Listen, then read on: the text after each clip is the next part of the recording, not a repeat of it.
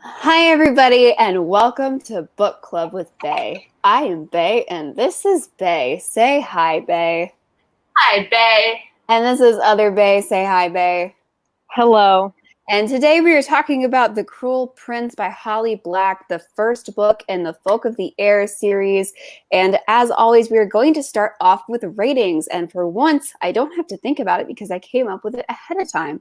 This book for me is Salted Dirt because somebody walked up to me and said, "This is food." And like a gullible child, I said yes, and then stuck it in my mouth. And then it turned out 'twas not food, 'twas garbage, 'twas salted dirt. And I was bamboozled into reading it anyway because they said it was good. They said it was good. They said it was one of the best book series of the decade, whatever. And then it wasn't. And I don't know why people like it because it sucks. I hate this book so much. I'm so glad you guys didn't like it. I was like really nervous that you guys were going to be like, "What, Bay? It's so good. It's a fucking masterpiece. It's the masterpiece of YA literature that everybody says it is."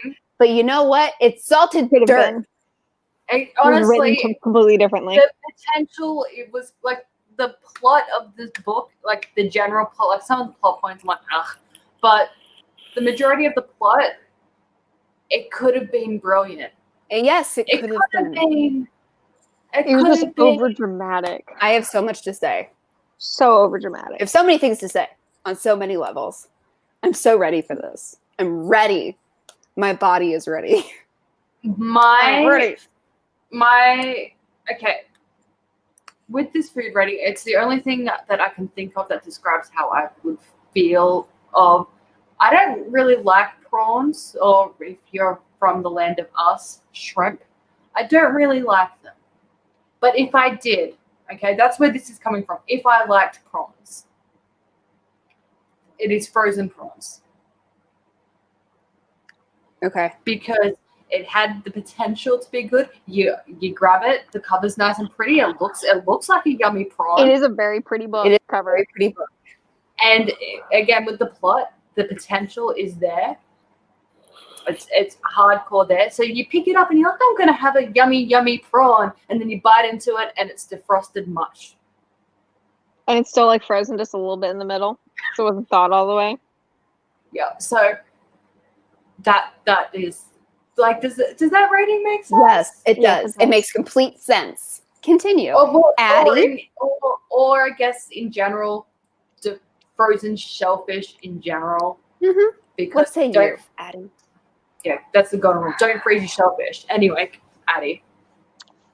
Where are you at? I hate I had one. I'm so ready for this. Pretty much just, okay, you know how like at some places you'll go and there's like a buffet of things and like there's dipping sauces, but they're not labeled. Yes.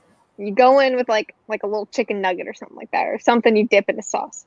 You dip it in the sauce, you're like, oh, fuck yeah, this is like barbecue sauce or some shit. I'm so ready. And it's like not. It's just not.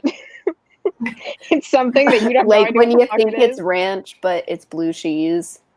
Oh, that's the worst. I love blue cheese, so I can't. No, I know, but it's a surprise in your mouth. Yeah. Like when you're about to take a drink of something and you're like, oh god, this is not what I wanted. For me, it's like when you get a from McDonald's or something, and it's actually sweet tea. Or when they haven't actually changed the syrup bag over, so it's like mostly soda water, but it still looks like Coke. Yes. Like I've been bamboozled. That's exactly. The gist of this salted dirt. Rating. Yes. all of these ratings. You're like, yay! Oh god. Yeah. You're like again, so much. It had like. Yeah, when I was reading it, I had a hard time actually caring enough about Jude, main character, to pay attention to what was happening and to absorb it. But the bits that I did absorb, I'm like, this could be so good. Yeah. Hold that thought. Because let's get into characters. And we're going to tell you about the characters, which is more than the book does. So honestly, we should be paid royalties for this shit. This was my biggest qualm with the entire thing. As always, spoilers ahead. Because this is Book Club with Bay, not spoiler-free book review with Bay. So, characters. Jude, she's a crazy fucking psycho bitch that people stan, and I don't understand why. Okay, just real quick. I'm sorry. I have a rant about this. And I ranted to Addie about this earlier. So I really love horrible main characters. By horrible main characters, I mean main characters that are horrible people. We're gonna do the Broken Empire series after we finish Bloodlines. Jorg, the main character of the Broken Empire series, is a terrible fucking human being. He's a terrible person. He's supposed to be. Jude is a terrible person. I don't think you're supposed to think she's a terrible person. No, because she gets bullied constantly, and so you're like, oh my gosh, she's just getting justice, and I'm like, no, she's not. I don't think you're supposed to think she's a terrible person. Jorg, you're supposed to think he's a terrible person. Even the terrible things have been done to him worse than what happens to Jude. Like, way worse than what happens to Jude. And he's a terrible fucking human being. And he's way younger than what happens. And it's way worse, okay? But he's still a terrible human being. And people still treat him like he's a terrible human being. Like, everybody's fucking scared of him. But people don't treat Jude like she's a terrible person. And we never fucking unpack the fact that Jude is a terrible human being. We're just stab happy. She's so stab happy. She's just like, I love watching people suffer. It makes me jizz. It's so exciting. Yeah, I mean, like, if we wanted her to be at all a sympathetic character, the scene where oh crap, I can't remember what it was, but like, yeah, the scene with Carden where like he's freaking out and like borderline about to beg for his life or something. I can't remember what it was, and she was just like, excellent. Yeah. You know, that scene. She doesn't even have a moment of humanity. Yeah, like if she was to be a sympathetic character, there would have been at least some like, oh shit, I've never like, because it would have been, I've never seen him like this before, and now I'm starting to be like, crap, is he as bad as I thought he was? This is the most human I've ever seen him, whatever. And she's like, wow, this is the most human I've ever seen him, and it's great. Suffer, motherfucker. Or like if you're not going to go that direction, which you totally can, but you need to think about that. There needs to be a side character or a multitude of side characters, either or. That's like, dude, this ain't cool. Right. Like with Jorg, there are so many side characters, and I know I'm like I said, spoilers ahead for books we haven't read yet, but it's just a good comparison, and we can look back on it because, like, Jorg is a bad person, but you see why. But the book doesn't make excuses for it. It doesn't expect you to be okay with it. He's just the main character. The book is just from his perspective. You know, it's like we're just watching him, and you're just in his head, and that's just how it is. But people are still reacting to him the way that they would normally react to him. So they're still like, "Holy shit, you can't just do that!" And he's like, "Why the fuck not? Fuck you!" And they're like, "Oh my god, George, holy god!" Ah! And he's like, "Eh," and they're like, "No," and he's like, "Whatever." And in this, nobody's like, "Jude, what the fuck?" Other than one person. I guess one person is like, what are you doing? Yeah, I mean, I think like with this, I think part of it is the fact that the Fae are cold people and stuff like that, so it's not abnormal behavior for them. I have a counter to this. But okay, go. If that's how you're going to do it, that is also fine. And that is also interesting. But you need to set that up. Yeah. You need to set it up. And you need to do a much better job setting it up. Because if you're going to do a culture swap, like you're going to set up a new culture, you need to show people operating in the culture in this way. And you need to make it so that it's not abnormal, because you're also showing Jude to be abnormal. Yeah. But like, so they can't also be like, this is their culture, but also she's crazy. And she's super powerful, and she's going to be an assassin. Like we need to actually like see the culture. We need to see her operating like you need to actually set it up. Like, not to use Arbex as an example, but I'm gonna. Blackwood's as especially like within the system of the covens, the culture is very different. Yep. And if you're going to do something like that, you have to take time to be like, hello, audience. This is a different place in a different world with different rules. So the people see things differently and they have different views and values, etc., etc. So we are going to take your hand, not because we think you are dumb, but because we have to show you the rules of this world so that you understand where the people are coming from, because that's how taking you to a whole new world exists. You know, that's how that works. Otherwise, you're just going to be like, why is she a stab happy crazy person? This is called bad writing. Yeah. This book, that's what I mean. Yeah, like, I don't care about Jude. No. And she's I don't give a single You fuck should about her. care about her. You should care about your MC. I care about the antagonist, Cardon, or whatever the fuck. Cardon. Yes. I like him more.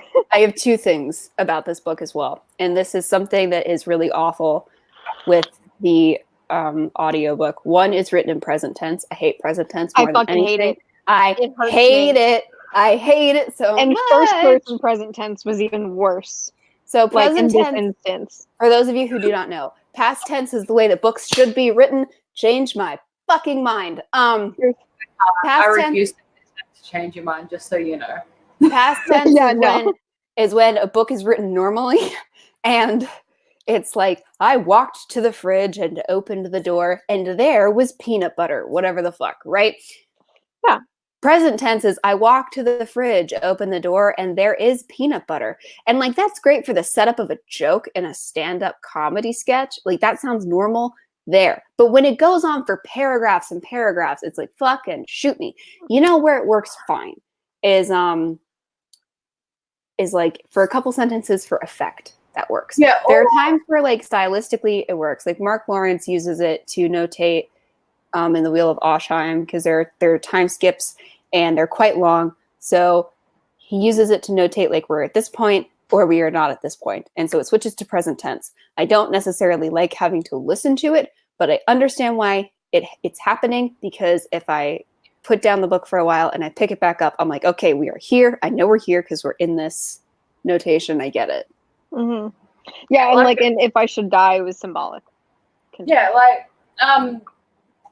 also in, like a lot of times as well in books, especially if it's a more ruffian character, if they're like telling a story, if it's overheard by the MC or if they're feeding them back, like, you know, I was down at the tavern and then an ogre came in and did a thing.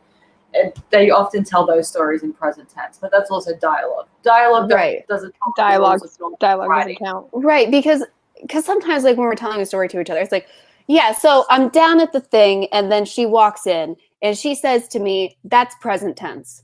Yeah. But in short snippet stories, it works. In a long novel, it is the worst thing ever. Yeah, the other thing is this narrator with her male characters has Justine Eyre syndrome. Frickin' Cardon is just like, Jude, Alex, narrate Justine Eyre. Like her normal speaking voice isn't Justine Eyre that much. But we get to the male character. But you know what her norm, like in a few scenes, her voice kind of reminded me of House of Night. Yes. One of the House of Night narrators. It's horrifying. But also, sorry, having more flashbacks. Just hold on the narrator for a second there. I just found the spot. Remember how I texted you guys and I was like, oh my god, the scene where he's been writing her name over and over. Yes, I hate that. I hate that part in the audio, but did you find it? Play it. Because when I read it, it had like a graphic of like handwritten Jude. Yes, you should hear how this is written out. Literally just reads out Jude over and over. And by the end, you kind of like, the first couple times, like, you know, it starts going and you're like, okay. And then it doesn't stop and you're like, she's gonna do every Jude, and then you can even tell that the narrator's fucking over it, and then it kind of just sounds like that it's someone calling out Jude's name during sex or something over and over and over again. It's weird. Play it. Are we ready? Yes. Got punched to the gut. Wait. Jude.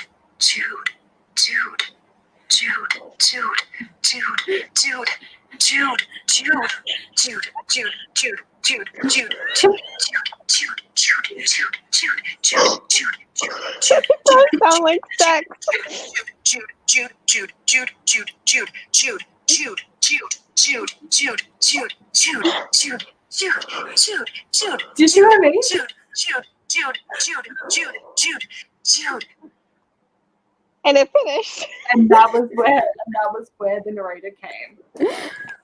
You know, it's funny though, because like I was listening to this on 2.75 because I have it on Kobo, and Kobo doesn't go to 3. I would have been on 3 If that stayed. because I was that over it. I was like, because I've read this book once already, which is why we're here. I've read this book and I've read like 3/4 of The Wicked King before I tapped out, and I wanted to tap out in chapter 1, man. and we'll get to fucking chapter 1 because we all have things to say. I think about fucking Chapter 1 is one goddamn sentence. All right, we'll get there. If you've gone through the rest of the characters, you're still talking about Jude. I know, I'm sorry. But in 2.75, that part's really funny because like it all really runs together. Anyway, so that's Jude. Her sister, Taryn. That's Jude. Jude. Jude. So then there's Taryn, who is Jude's twin. And Jude and Taryn are 100% human. Yes, they are. And then quickly give the facts, like just not necessarily going to the characters, but just like the family backstory really briefly, just so it makes a bit more sense. Annoying. Okay, let's do here. We'll just do the prologue real quick. I got this. I will I narrate thought it. it was chapter 1. It's going to be more fun this way. So Yeah. the prologue opens with our kids, they're watching TV, and then like a guy comes in, and it turns out this guy is Mom's old bae, and Mom's old bae is like, "Hey," and Mom is like, "Oh shit," and then Dad is like, "Hey," and then Mom's old bae is like, "Hey," and then he's like, "I have a sword," and then Dad's like, "Well, I also have a sword," and What is then an axe? He had an axe, excuse you. whatever. They have weapons. And so then Dad's like, "Arr," and then Mom's old bae is like, "Blah." And so then Mom's Murder. old bae, and then Dad's dead. And then Mom is like, "I'm never going home with you." And then Mom's old bae is like, "Well, then you're never going anywhere." And then Mom's dead. And so now they're going home with Mom's old bae. Mom's old bae, his name is Matic. And Yeah, and- Mom's old bae is the father of the oldest daughter, Yeah. Viv. I'm calling her Yeah. Viv because Vivi is the stupidest fucking nickname for Vivian I've ever heard in my goddamn life. Yeah. Viv. Also, so just based on that first scene, right? Because like I was struggling to absorb anything even there, right? Same. So I didn't know. It didn't click if they were watching. If it said they were watching TV, I didn't absorb that bit. So because the dad came running in with an axe, I'm like, this must be set during thine ancient times. Nope. And I'm like, okay, well in that case then, because we find out later as well that Dad and Mom, met in Fairyland. That's where they met. So he knows about the Fae. Like it wasn't a surprise, and they've been waiting for Matic to come Yeah. because he didn't hesitate. He's just like, let's grab my axe and go. Why would he not have a gun?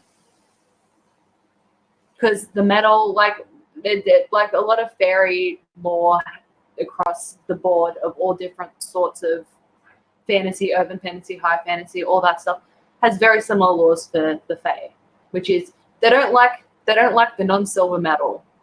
Yeah. If the metal's not silver, they don't like it for the most part. A lead bullet is not a Fae's friend. Why would he not have had a gun and just come in with like 2 handguns, shotgun, and then more handguns, and then a semi-auto rifle? And just shoot Anything. the fuck. What's a shotgun? A shotgun could have done this. He should have just gone Terminator on his ass. But instead, he's like, "Oh yeah, let's fight the general of the High King's army with an axe." Because that's not like the guy has been literally, like the guy's been general of the High King's army for millennia. Yeah. And he would know that since he's been to the Yes, he fairy knows realm. that. what I'm saying. Like, he knows better. He wasn't just like, oh, some random guy is coming and like with a sword and threatening my wife. Like, grab closest weapon. Weird, No. sure, okay, but But like,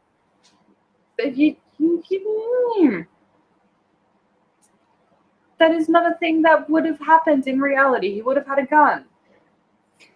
And so, in any case, I In have any no, case, I have carry on. no, like, I agree. I'm agreeing. I'm not disagreeing, but I have nothing to add. Because Yes, my we further still have agreement. We have many so more much to talk about. characters. This is going to be a long ass stream. Matic is the, I guess now, like the way it works in Fae culture. This is one thing that is explained to us is that because it is his One of the few. wife's, because it is his wife's children, no matter like even if she was like unfaithful, She'd be they are his responsibility. So Matic takes them in, and Jude and Taryn wind up really liking Matic. They love him so much, even though they watched him brutally murder. But then sometimes she mom. hates him. It depends on the paragraph. Yeah. Which I guess You know- could also her emotions towards him. I'm not actually too. Yeah, I'm not either. I actually wish that she had done a better job exploring this because I think that could have been an interesting thing. Yeah, because where it's like She's sometimes. terrified of Matic, but she loves him, but she hates him, and it's a very conflicting mess. But because being raised by somebody like that, especially if you're taken at 6, like that's I believe you. Like I believe that. And especially if you would if she had done a better job with their culture and the girls being raised in that culture, I would have fucking bought it. I don't buy it because of how it's written, but it would have actually been an interesting dynamic, and I really would have liked to. I'm like, yeah, that's weird. Fucking explore that. That's ballsy, because that's fucking ballsy. Like, have this guy murder your mom, be a douche, and then have like your main character wind up liking him as her dad. Do it. Fucking do it. No balls, you won't. Fucking do it. I dare you. I like it. Because we can see how she has that affection for him as well. Because she does mention early on in the book as well that like as they're growing up, she has all these memories of like Matic having them sat on his lap, reading them bedtime stories and stuff like that. So he was affectionate with them. He wasn't just like, oh, you're my like. One my thing she wife's does show bastards. is that My ex-wife's bastards. yeah, he never treated them like beyond the fact that he had to take into consideration the fact that they were human. Yeah. He never treated them as anything but his own children. Yeah. Yeah. So, and he could be very kind to them and everything like that. So the one it would have been problem- interesting to explore that more. The one problem is that like you only see that as like flashbacks. You don't really see it on screen. Yeah. Yeah. And I wish it had been shown on screen because like you're telling us this, but like the way he's actually acting towards them is not evident of that at all. No. But I wish there's not a lot of affection towards them like I during- wish the actual dynamic had been explored, or at least it had been or at least like the culture had been explained better so that we understood like what does Fae affection mean? Because like if Fae affection is like I fucking hate you, you stupid piece of shit, like okay, cool. Like but now we know. Yeah, and that he she used tries to cuddle with them and like not in a dirty way, in a bad tries way. to get into it. But like because when like her and her twin are talking later, and she's like, "Oh well, they don't love like we do," and like in her internal, she's like, "What do you mean?" And it's like, you grew and up then here. later she's like, "Oh well, yeah, I knew this," and I'm like, but we don't know this. well, yeah. So like when TJ and I were talking about this, she was like, "It feels like we're being dropped into the middle of a series," and I was like, "Yes." It feels like we should already have known this 3 books ago, and we're just sitting here freaking trying to swim through this book of just garbage. And the just first as like chapter should have been the first chapter should have been a lot of exposition worked through the story. Mm-hmm. Yes. And it was about a quarter at most of what we actually needed exposition wise. Yeah. And just as like just as a note, if you want to do something that's jarring and stuff like that, you totally can. Yeah. You absolutely can do that. You can do things that are really crazy and really jarring. You can open like that. at But the you have either to- at the beginning of a series or in the mid, like whatever. You can do shit that's crazy. What you have to keep in mind though is that you are doing things that are crazy and that you're being a dick. As an author, like you're being crazy, you're being a dick, and so you need to like be a dick for a second, and then you need to slow down, and you need to like keep in mind what's Tell happening. us what the fuck is going Right, on. because what you have to do if you're gonna do that is you need to be like, okay, I was just a dick. We just did some stuff, so we're gonna spend time on screen with only a couple characters, and we're going to like explore what is going on with these characters. Get to know like the dynamic with our MC, get to know like what's happening, what's going on, because that was wild. Okay, how you feeling? Let's do a recap. All right, moving on. And Okay, here's what's happened. Like you can be jarring, but you need to know what you're doing. Well, the thing as well is like a lot of urban fantasy books do that. Like for example, one of the recent series we've done, Vampire Academy. It starts off like Rose is just like, listen, when was the last time you had blood? And we're like, okay, I guess she's a vampire, but then she starts calling her a Moroi, and Rose is like, I know I'm a Dampier, and we're like, what the fuck's a Dampier?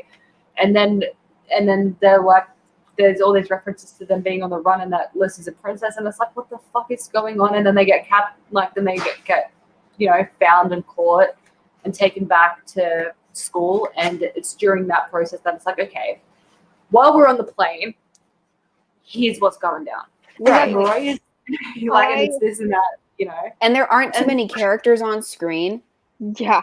And, oh my god. And that's the other thing. That's the other problem with this book is that there are so many characters on screen, and that's what you also have to keep in mind. For who they are. Right. So there. In most You books, know them. this seems really obvious, but it's something that's really jarring in this book. So in most books, you meet characters. In this book, you meet almost no characters. Like you do, but it's really late in the book. So in this book, most of the characters that you come across are characters that Jude already knows, which is another reason why it feels like you're being dropped into the middle of the series, because there's no character introductions. Because it's not like here's a new person. and again, it's not like like Mercy, for example. Mercy I was knows just thinking Adam, that. Mercy knows Jesse. Mercy knows like a good chunk of the pack. But she's like, I know them, but you don't know Adam. So let me just take a second to tell you who Adam is. And we don't start with too many people on screen. It's like one person at a time. Yeah. Whereas in this, it's like, oh, look, there's blah. Okay, moving on. And it's like, well, who the fuck is blah? Yeah. And like I said, when you're first starting a book and like you can totally be jarring. You can totally like, because like for the first couple of chapters, like we're with you, we're here. We're like, all right, this is an adventure. This is Tom. This is Bill, and this is Jesse, and this is crazy. And then like at chapter 4, we're like, all right, but can you fucking tell me what's happening? To know what's happening. Like I'm with you, but you're gonna need to slow down for a second. Like I'm here for the crazy shit until but like by chapter 4, you do need to like take me to the side, take me into a corner, sit me down with like some fucking pizza, and tell me what's up. Yeah, like please. I only know the names of probably like 6 maybe characters, and half of them are the freaking sisters. Yeah, well, and there's probably like 15 to 20 characters in this book. Well, like at the end, right when the coup happens. Yeah. Because, Bae, do you want a disclaimer? Because we're about to get into shit. We've done this. But I'll do it again. Again, book club with Bae, not spoiler free review with Bae. Okay, so at the end when the coup happens and the oldest sister gets killed. When they mentioned the name, I was like, the fuck's that? And then they mentioned like that the other two, because then later on the other 2 sisters get killed. Yeah. Not of Jude's family. This is of the royal family. I was just trying to be like, wait, the oldest sister gets killed? Yeah, I was like, wait, right. No, in the epilogue, we're with Viv. No, it's exactly. Yeah. It's like that took me a second. I was like, wait, I read this book twice because I believed you. I was like, sorry, dub like the royal, like the princess. That took me a whole last second. I was like, I feel like it's not. I feel like it's a different oldest sister. And there's so many princes. I don't know their names. Well, I was like, I don't know who that is, but okay, someone gets killed and it's sad, and then the king's consort gets killed. I'm like, okay, like I know who that is because you just told me it's the king's consort. Excellent. And then the other two sisters get killed, and then I was like, and I was sitting there, like I had to pause the book, and I'm sitting there, I'm like, okay, so there was two sisters that got killed. There's Caden, Dane, and B dude. I can't remember how to say his name, but the bad The guy one who, prince. yeah. I'm like, that's 5. And I'm like, I swear he had 6 kids. And it was literally after I finished the book. And then it clicked that later on I was like, okay, well, the plan was to kill the 2 oldest. And then, like, he was the 3rd oldest. And, like, yay, like, hopefully, because the king favored the oldest 3. Yeah. And then his other sisters would fall in line. I'm like, who the hell was the other sister? I'm like, oh, that was the first person that got killed when everything started going bad. Okay. But it's only like the princes that ever get mentioned, so it's weird. Exactly. Like the princesses never get mentioned, except for one time where they talked about one of the princes marrying one of the princesses, and I was like, wait, what's happening? Yeah, But then they sure act that like was it's like here's the thing. Here's what you can't be afraid to, this is like where we get into some of the writing advice kind of things. With stuff like this, you can do books like this. You totally can. Just don't be afraid to spend time in scenes. You don't have to rush through scenes. You can Yeah. like you might feel like you're spending too much time. Like, is this too much time like spent at school?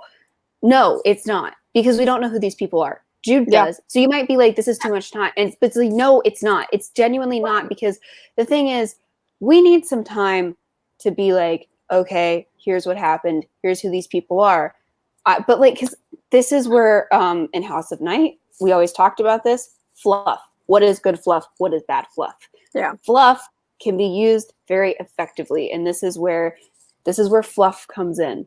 Okay. You might think like recaps are bad. They're not always bad. Yeah. They are not always bad. Recaps of like what just happened are not always bad, because sometimes it helps to see how the characters are reacting and absorbing things. We never really see Jude absorb what happens. She just like does something and moves right the fuck on. Moves I would on love and then to stabs see someone and then moves on, and then I just would never love to thinks see a about it scene again. of her absorbing something. Yeah. That would have been interesting. I mean, like, even if the does Jude even have if any the author- friends? No. Okay. Even if That the just author occurred like to me. couldn't work out a way to like fit the princesses in more or whatever, like the deaths of the 2nd and 3rd princesses, that was fine because it was quite clear that, like, you know, Princess Blah came forward and was like, "No, I will never," and then it's like, and then it was like, "Fine, I guess I'll do it because I don't want to die too," you know. Yeah. And then she gets killed by, you know, so that Yeah. like we got that, but like when the first one got killed, all it would have taken was to be like, and then what was it, Elowin or something like that? I don't That's know. what I know. I have no idea. I'm pretty sure it started with an E.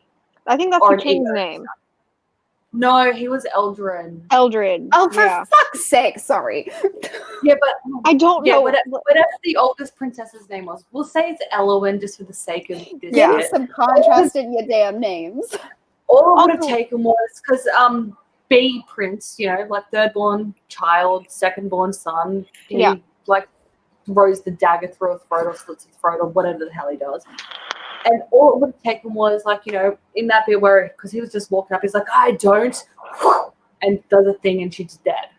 All it would have taken was, and in that moment, the kingdom had lost their firstborn princess, Yeah. or just to put in, he launched it through his sister Elowin's throat, whatever, just something to be like, by the way, this was the oldest daughter of the king. Yeah. That is now. Yeah, like when you Especially if you have weird names, characters that are not modern in culture, like it Yeah. takes a minute for our brains to be like, oh, okay, that's this person, because we're not used to Yeah. seeing those names. that was like a decision, an executive decision we made with Blackwoods was so when we were going back over the list of names we had, we were like, this is a high fantasy world with people named Claire. And we were like, do we want to keep it that way? It's Or do we easier wanna- for the brain to process. Because Yeah. we have so many characters, so we decided to keep it that way. Because everything else is so weird. And it's not that like it's wrong if you don't do that, obviously. Yeah, of course. But it was just something that we were like, Yeah, Our no, lives because are easier if we don't have to make up weird names, but you don't have to have non-common Western world names in your book. Yeah. You at least need to make them easy for Western brains to comprehend. I mean, like, for example, like I think the king's name was Eldrin or something like that. That's fine. Just Yeah, mention that's it fine. more than once. Just mention it Well, more and than once. also because elder means older, so like in my brain I was like, so that's the king because his name means older. Old. Like that's how I Like registered what his name was. and like the firstborn prince, Dane. That Dane's not really in He's the you don't third really born. No, he was the oldest. The coup prince was the third born. Dane was the Dane's third. the third born. No, he was the oldest. No, Dane's No, the third Dane's the born third. because he's the one who has her do the assassin stuff. Yeah. Or the Yeah, spy stuff. but when he goes to crown him, he's like, No, that's because my- he's the third born my because he's the firstborn, favorite. and then when The firstborn is the one that does the coup. The firstborn I is swore Balkan. I saw that Balkan, because when Balkan was like, blah, he's like, no, third born, he will Mm-mm. never be king. Do you have the book open? I Do you can. have the Yeah, because I swear, I know it's not that important, but I swear the coup prince was the third born. I'm just gonna And obviously search then the Dane. daughter, and obviously the oldest daughter is in between them. That I think that's the one thing we can agree on. The The first, eldest prince, Baelkin, and his younger brother Dane stand nearby. oh, Prince Yeah. Dane, third born, leads what's known as the Circle of Falcons. There you go. Oh God, go away, book. okay. I swear, I could have sworn, like when at the coronation thing, he announced his firstborn as his heir. No, but I don't know what Carden is in the lineage. He's the I don't know. last. He's the youngest. He's the youngest. Okay. Yeah, because he's the only one in school still. Yeah. So like I thought that Valerian and Locke were princes until it was explicitly told to me that they weren't because they hung out with the princes. So I was like, okay, they're princes probably. Like those things need to be said. Oh, sorry, Cass. Yeah, like I guess Locke and Caden were like almost stepbrothers slash Yeah, they're like step-nephew, royal. step-uncle. I still don't know. I don't know. Because I don't, you know what? I still could not tell you anything about this culture. I don't understand the court system. I don't, which is bad because actually, given that Jude becomes an integral part of the political system, Yep. Yeah, well, we kind of need to understand the political well, system, but I don't understand the fucking kind of- political system. it's like if you just turn the news on one day, right? In the middle of, well, actually, no. If you just got dropped on planet Earth and you had to learn how the world worked just from watching the news, that's how we get the information. You kind of just have to make leaps and assumptions. So Yeah. how I've managed to piece it together, what it is, was way back when there were all the different courts, all different fairy courts, and each court had their own king or queen, or king and queen. I don't know if the king's consort is named queen. I don't know if that's kind of like our one where if it's a queen, then her consort is the prince consort, or Well, if it's exactly. king, then it's the queen consort. I And don't I don't know. know because she gets the nickname the Queen after making out with the new king. So I was like, is that a joke about the fact that she made out with the king? Like, Or that she's controlling him. I don't know. But beyond that, then I think it was I think this is the first High King there's ever been. Because it sounded like he was like, nope, and he's like pledged. Oh, no, sorry, it wasn't him. It was like one of his ancestors, because the woman is the one that did it. She united them all, so there's the High Court that rules Yes. over all the lower courts. yes. And if the spell on the crown is broken or whatever, then the lower courts go back to being like the High Their Court ceases own, to exist. yeah. Oh, there's a magical crown that only sits upon the High King's head, and it has to be passed down through his bloodline. Of the High King or Queen. High King or Queen's head. And it has to be passed down through his bloodline, and it has to be put upon the next king's head by Someone of the bloodline. by somebody of the bloodline, Yeah. or it can't happen. And so then it's like, well, what happens if the bloodline runs out? Then the High Dunno. Court's over. I guess mean- nothing. And in this book as well, because it was like after because before it's like, oh, like the plot twist that no one ever saw coming except probably everyone who read the book.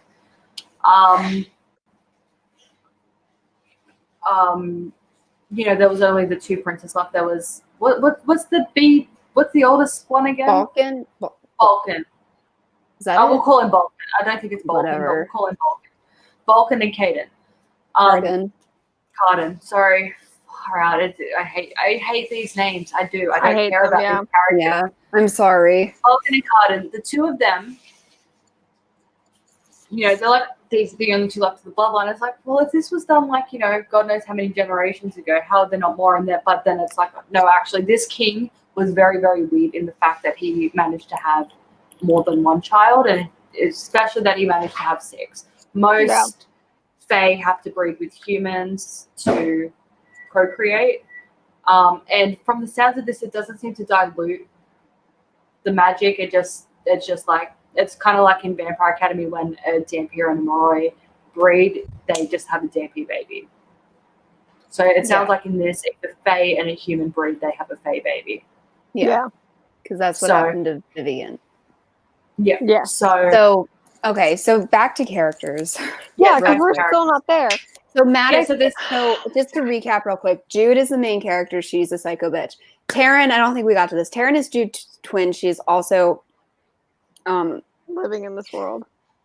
So Jude and Taryn are the product of Jude's mom and her new boyfriend or whatever. And it's not, whatever. It doesn't matter. Some random guy that dies in the prologue. The random guy that dies in the prologue. And the axe guy. And they're twins. And Taryn is, I don't really know what her personality is, to be honest with you. She's kind of just... She wants to get married and she thinks her sister needs to be nice. Yeah, what Taryn wants is to fit in, not make waves, and have little Fae babies. Yes. That's what she wants to do. Honestly, she would be me. I would be like, I'm stuck in a really crazy world. I'm just going to not die. marry into this. Yeah. I think that would be anybody's normal reaction is just like, how to not die, .google.com. Like, that would be... I mean, and also there's also just the fact as well that, like, most...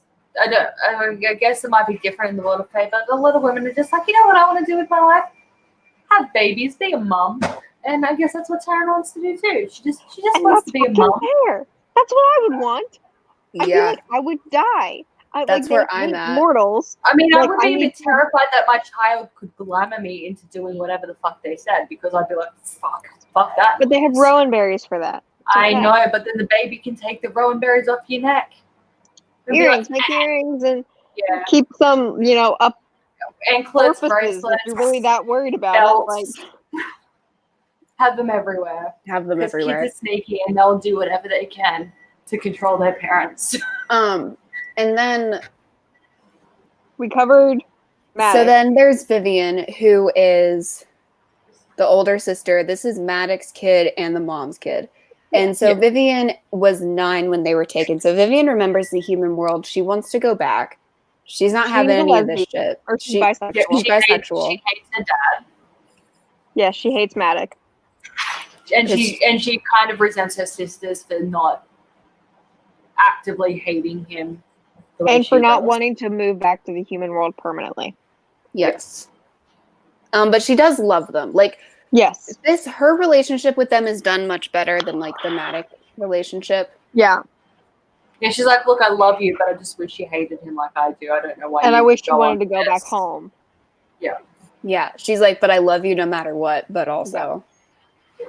Yeah. Yeah. She's like, I would still do anything. She's like, I would still pretty much do anything for you.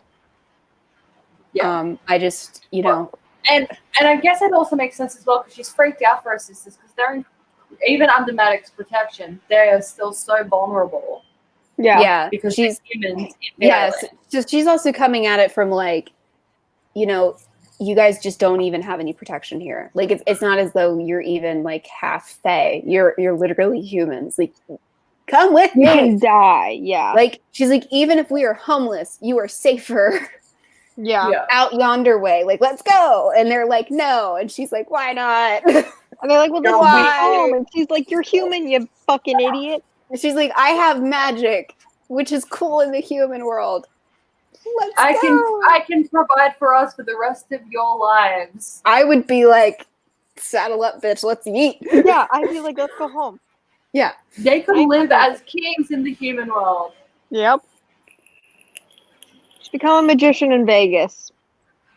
Well, not You'll be even that. rich. They could, but like, not even that. Like all they would have to do is because, like, also Vivian to this, like, to a point later in the book, she's never tried to glamour her sisters ever. Yeah. Literally, they could just move to the middle of the desert, right? And she could glamour them so they think they're in a giant castle thing, and like just live in this illusion. Or And they she wouldn't could know any glamour. different. She could glamour a billionaire into marrying her, and there you go. Done. That's Done. it. Because also, like, she's immortal, so like, find an old one. Yeah. Because he'll die soon enough anyway, in the blink of an eye for her, and then they can live very comfortably for the rest of all of her existence, but also her sister's entire lives. But no, Jude and Taryn want to stay there. Jude wants to be a knight. For some of the fucking court. reason. Yeah, well, Jude hates the Fae, but she wants to become one. I think it kind of makes sense in the fact that her entire life was ripped away from her at the age of 6, Yeah. and This- brought into this world where she's like a perpetual victim, and she This is wants a to be as classic strong case. as her persecutors, I guess. This is Yeah. a classic case of this could have been so interesting. It could have Had been. but she anybody didn't who was flesh it out. competent been writing this fucking story. It's one of Yeah. those Yeah, well, things it where has like so you much have potential.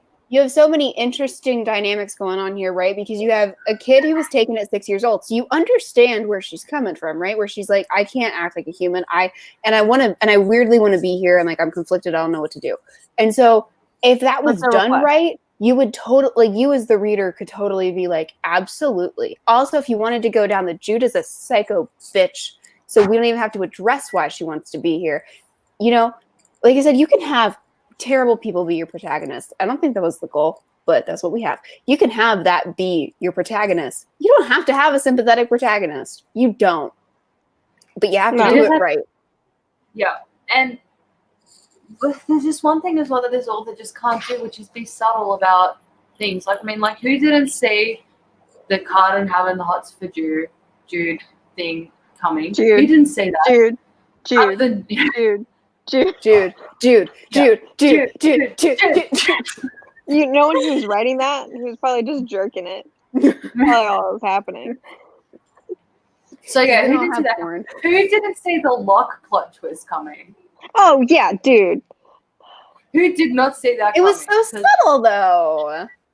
Who Who didn't see freaking her didn't see the betraying Corden Clutch. and not crowning Oak is whatever. Yeah, I mean, like, the Oak thing, I wasn't initially sure who was, like, because, you know, initially I thought it was he was the king's son.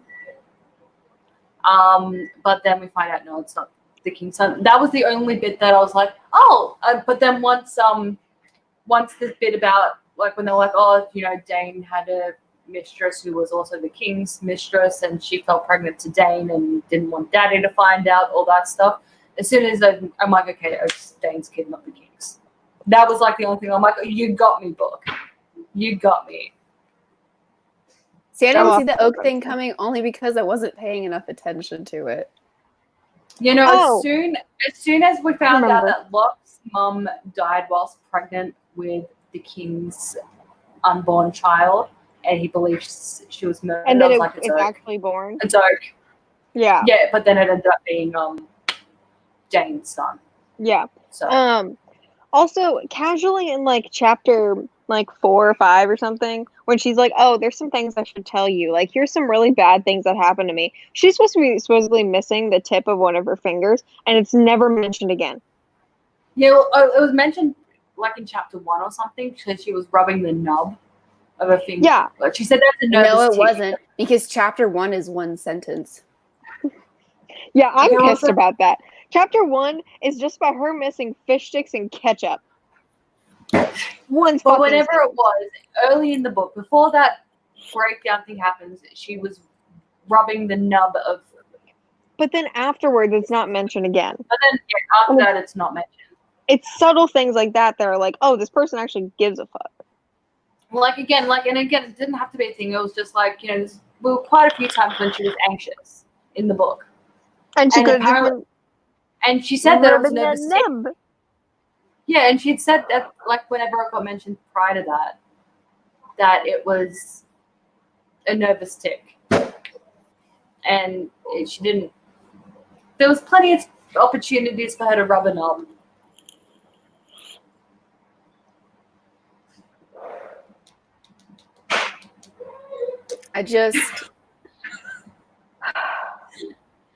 Yeah, there are plenty of times where it'd be very easy to just be like, Yeah, she just needed to rub a knob every so often. yeah. It was also fun to say. She could have even just, if the author wanted to give the giggles, you could have even just had you say, while I wait, I rub my knob. Well, wait, no, because it's not in the past tense. I rub my nub as I sit in waiting. I rub my nub as I sit and wait, and it's like, Jesus. Give me some comedy. Because, okay, my thing with books is like the only saving grace sometimes for bad books is romance for me. And the romance was done horribly. Oh my god. The romance is so fucking weird, isn't it? Because that's what the thing is in this book, is everybody's like, and the romance. And I'm like, and so I was like waiting for it, Yes, that was the other thing. Like when I first read this series, is because I haven't read like the third book because it just came out. Did you read the novella? I did not. I'm interested. I'm not really too interested, but I'm interested to read the novella. Because I was like, okay. It's just blown over. Because apparently this book is all about, it's all about the romance. That's what everybody said. And I was like, there's no romance in this book. So if you're here for the advertised romance between Jude and Carden, don't. There is none until the very end, and they make out, and she's like, "Oh, this is great," and that's it. 2, there's no chemistry between them. No. 3, it doesn't make any sense. 4, I feel bad for Carden at all. More than I like her. She's practically sliding off of her seat while he's getting whipped and tortured in front of her. Like she's getting off on him getting whipped. Yeah, like he's getting beaten by his older brother.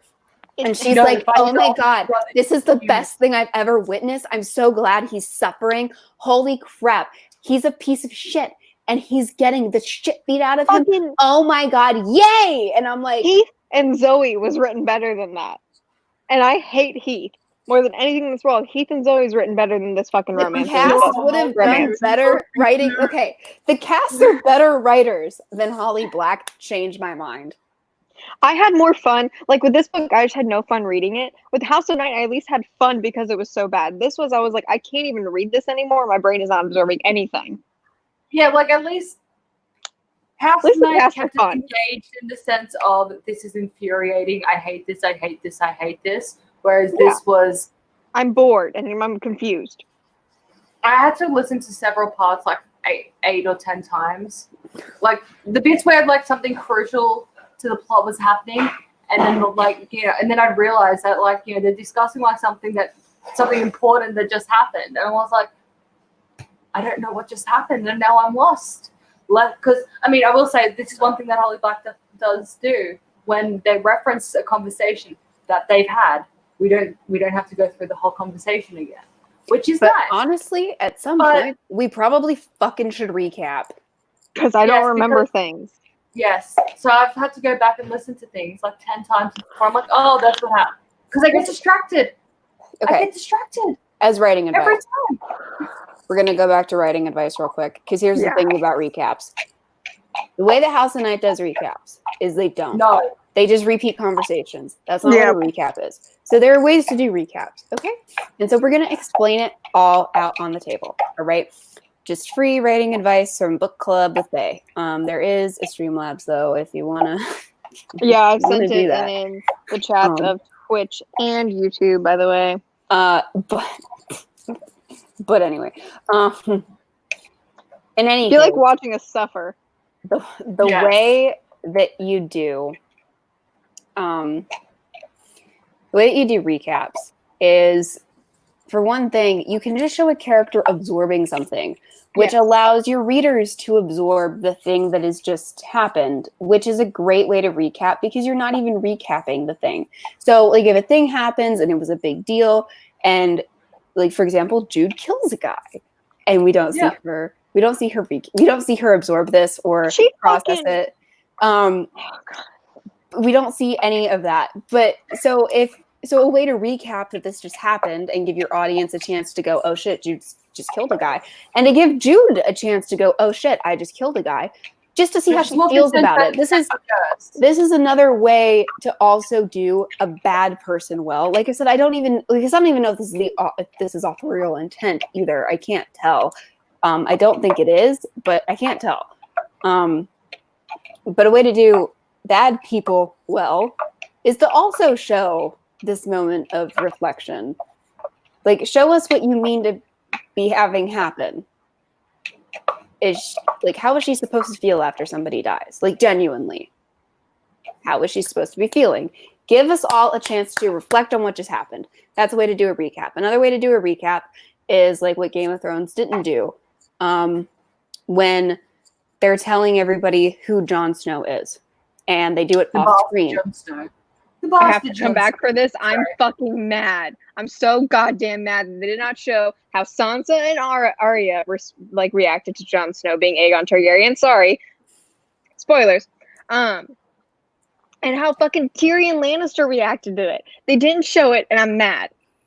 I have to go back to attending to my cat, BRB. Okay. So if it's crucial information, so if it makes sense for on screen a character to go, hello, this happened, isn't that fucking wild? For one thing, it doesn't matter that we, the audience, already know, because we know, but what we would like to see is how Billy Bob is going to react to what Janice just said, and I think that's fascinating. So we would like to see what Billy Bob has to say about the fact that the chair is now red instead of blue. We would like to hear about that. Yes, Billy Bob. Come forth and tell us what you have to say about that, Billy Bob. Like, that's what we want to see. But it's also a good way for us to absorb what has just happened, for us to absorb something, or for us to talk about a thing that happened a while ago, and for us to go like, oh yes, the chair is now red instead of blue. That is a thing. Yes, Janice, you're right. That is a thing. But also, Billy Bob, what do you have to say about that? That is a good way to recap as well.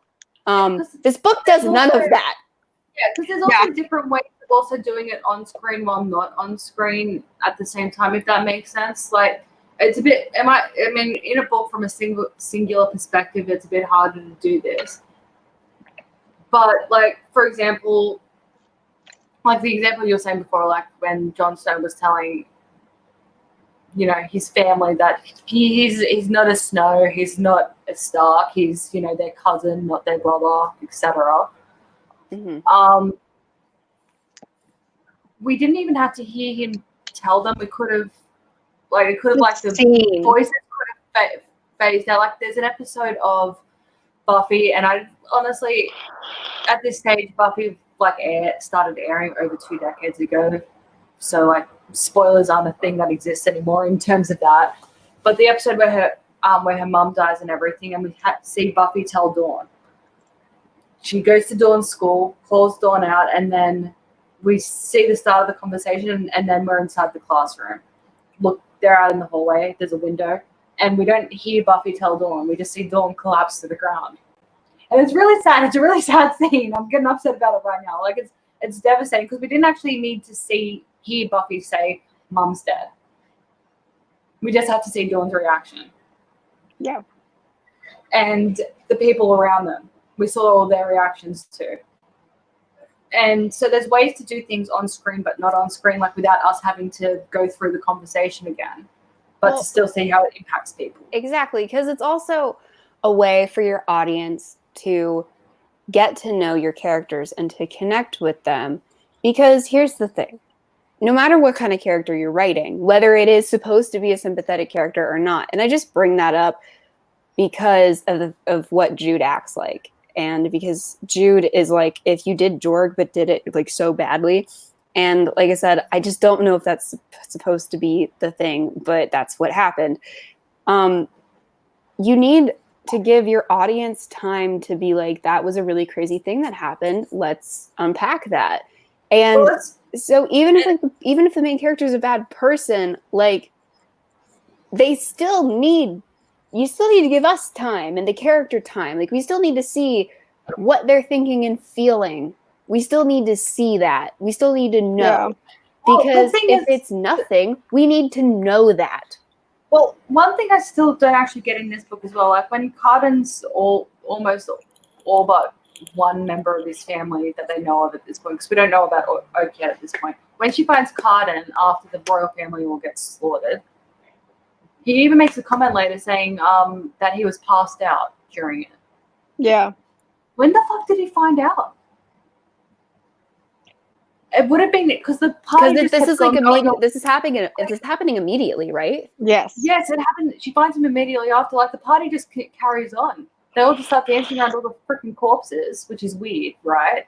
And she also, But we don't I know think whether or not that's weird actually, because they don't tell us. Yeah, no, I know, but I think what would have been interesting in that would have been for like the party to disperse and for Jude to be sitting there trying to work out what the fuck to do from this point.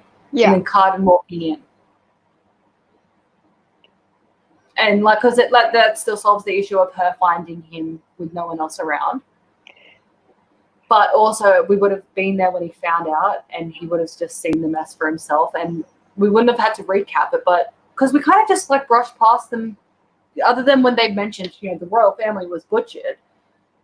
There isn't really any of that, like, oh my god, the royal family was butchered.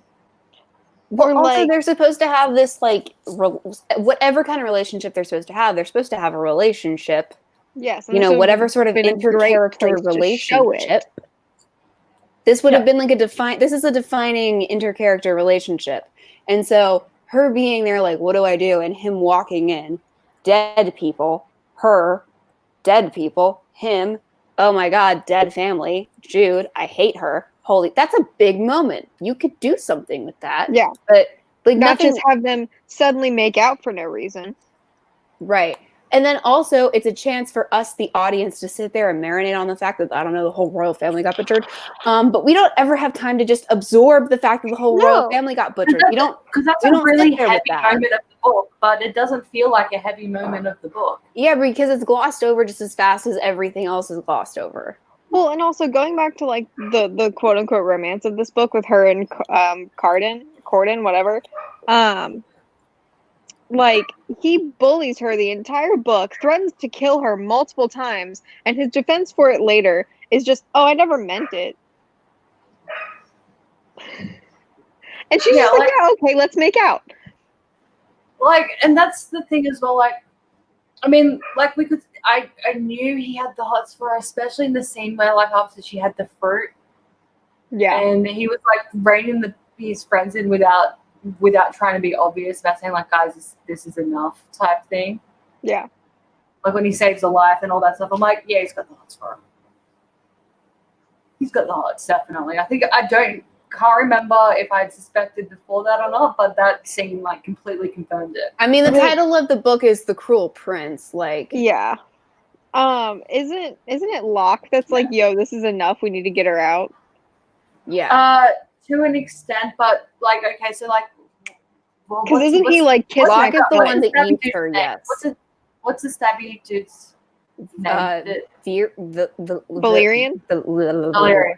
The guy she kills? Yeah, Yes. Valerian. Yeah, I knew it. I knew that it was in Game of Thrones somewhere, but I couldn't remember if it was Viserion or Valerian or whatever. But okay, It's the Valerian. Root. In my notes, he's called the Root. Okay. Well, anyway, Valerian. It's Valerian. Okay, so when like he's choking her, Carden's the one that's like off, you know, and then they're like, "Why'd you do that?" He's like, "Because that would spoil the fun, I guess." Oh, Yeah. yes. And then when he was like, "I want you to kiss my foot," type thing, like the shame on his face, I'm like, "Oh yeah, no, he's gonna get off on this later." That's where the shame's coming from. This is actually something that he actually wants her to do. He's not just being a jerk. Like, he actually wants her to kiss him. But also friends and stuff, so I guess kiss foot. Yeah, like that's logical, maybe. Not really, but sure. I don't know exactly what was going through his head in that bit, but like you could, it's like as soon as she was like and surprisingly shame, I was like, yeah, no, he's deaf. He's deaf's got the hots. I'd rather be in his head than hers because it'd be His so much head more would be interesting. Yeah, his head would be fun. interesting It'd because be so much more interesting. I was thinking that too, just because it's like, well, for one thing, it doesn't seem like he's a raging psychopath. Yeah. For another thing, Which we're actually supposed to think he is as well. Yeah. that's what's funny. For another thing, like at the same time, like we're actually shown in all those situations that like while he's being a dick, he's explicitly doing things that keep her from like actually getting seriously injured. Yeah. Where otherwise she would have been. Where he would not have to and wouldn't actually face any consequences if that did happen. Yeah. Yeah. So there is also that. Because what it is made explicitly clear is that, like, if mortals get injured, it's like, or killed, it's like, who gives a shit? Mm-hmm. Like, that's their culture. We're shown that explicitly. So Yes. we're shown that, like, he doesn't have to do this and that he's going out of his way to be his version of nice. We're also shown that he gets beaten brutally. Yes. And that he doesn't like fighting. Yes. So Yeah, like- we're shown a lot more actually about the nuances of his character than we are about our main character. Yeah. And we're in her head the entire fucking book. Yeah, I'd rather be with him. Like I'd rather follow him. His cruelty to her and everything is to keep her safe. Yeah. I mean, I don't know if he realizes that himself, but that's what he's doing when every time he does something really horrible to her, it's actually to say to placate his friends, especially Valerian, who wants to outright kill her. Yeah, because he's actually doing like the nicest thing he could do in this situation. If that makes sense. Like he's doing the least horrible thing. Yeah, because while he might be a prince, and most people do listen to him, they don't actually have to because they're scared of what the king would do if they went against him. Not because they only have loyalty to the crown and the wearer of the crown, not to his entire family. Yeah. Yeah. And so that is also shown.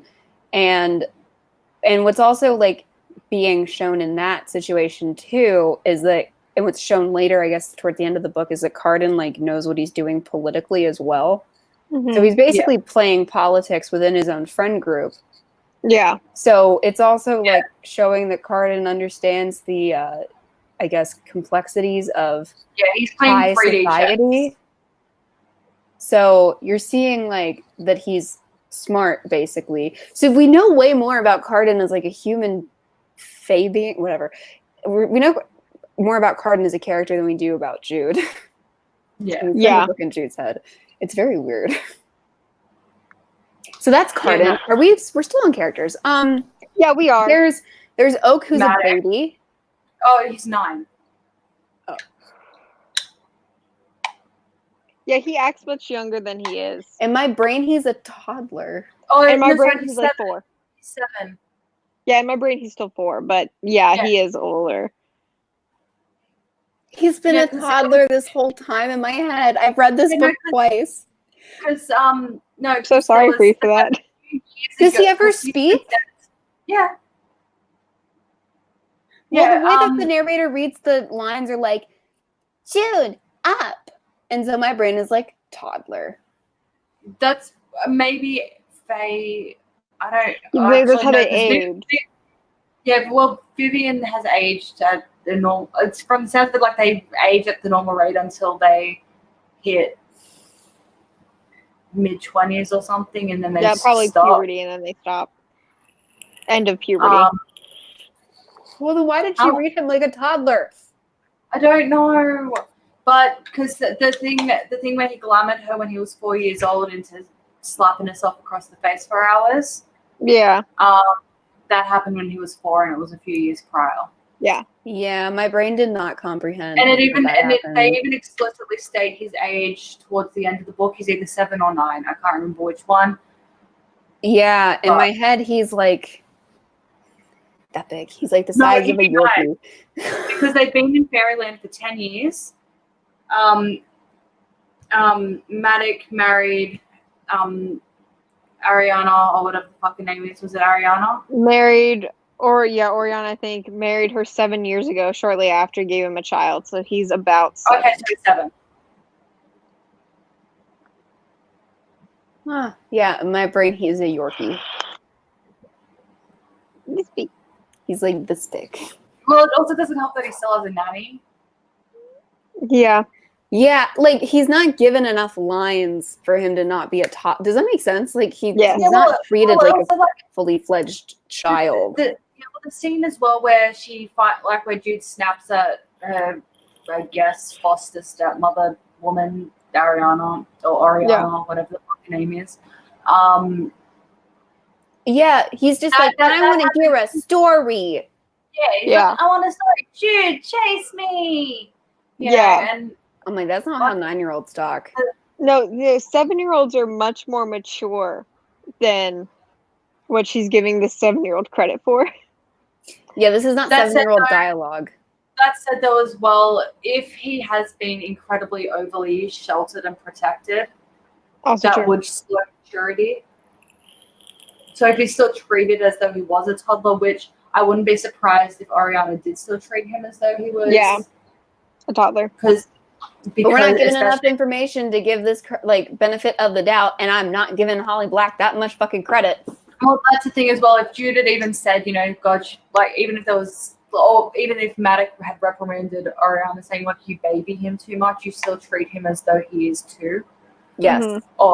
Or you still treat him as though he were a babe and he's now a young boy about to become a man in our culture, whatever. He's rapidly approaching the age of being Blah, blah, blah. adulting.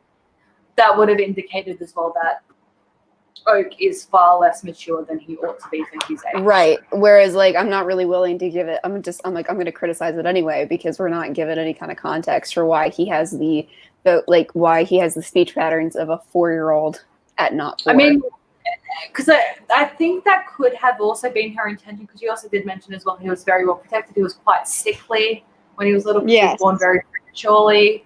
So he has been a bit coddled and stuff. But again, there hasn't been any of the cause and effect consequence talking in the book.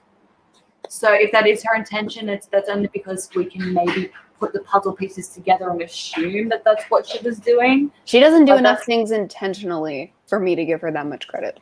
Yeah. Because her main character is where all the, like, if her main character was like a main character, then I would be like, then your background might be intentional. Like for Carden, I'm like, all of the stuff that's done well with Carden, I'm like, that's a fucking accident, I think. Maybe.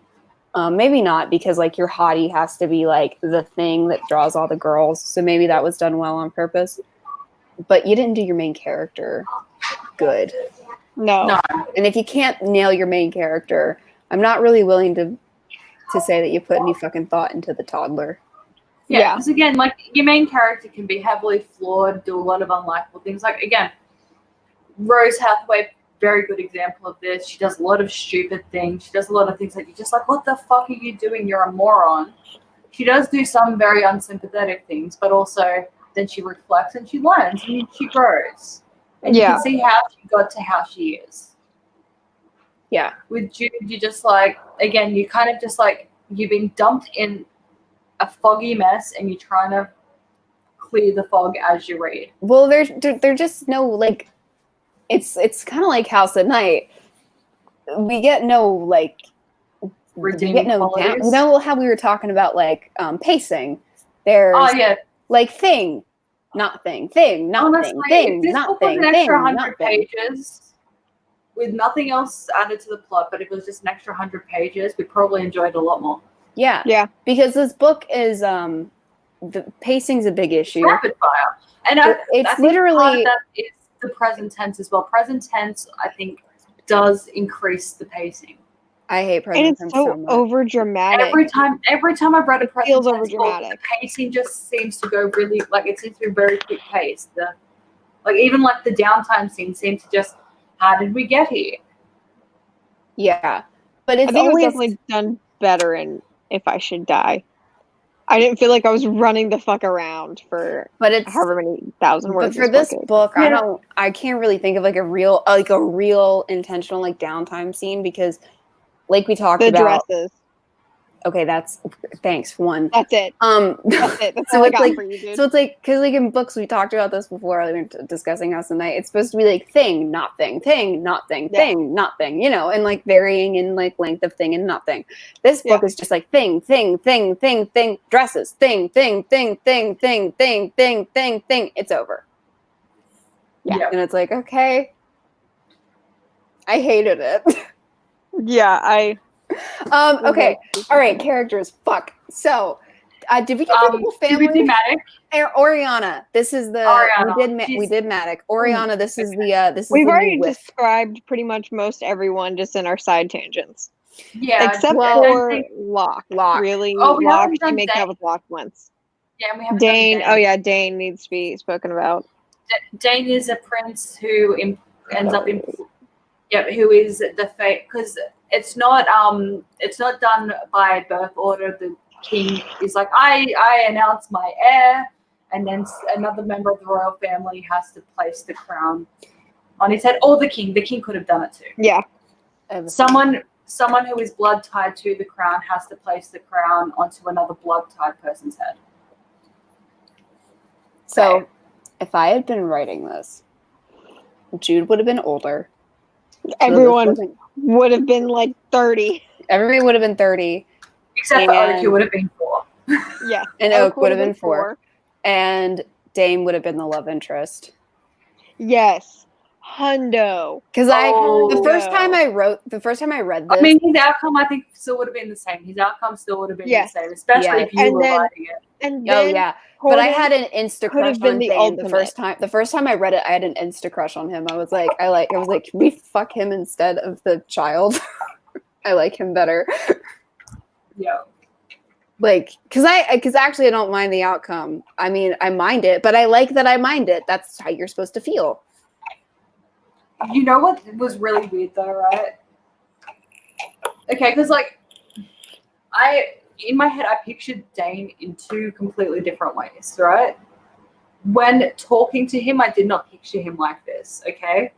But like when she was talking to him and interacting with him, I'm just like, he'd make an awesome love interest. But whenever they were just talking about him, do you want to know how I pictured him? Okay, go.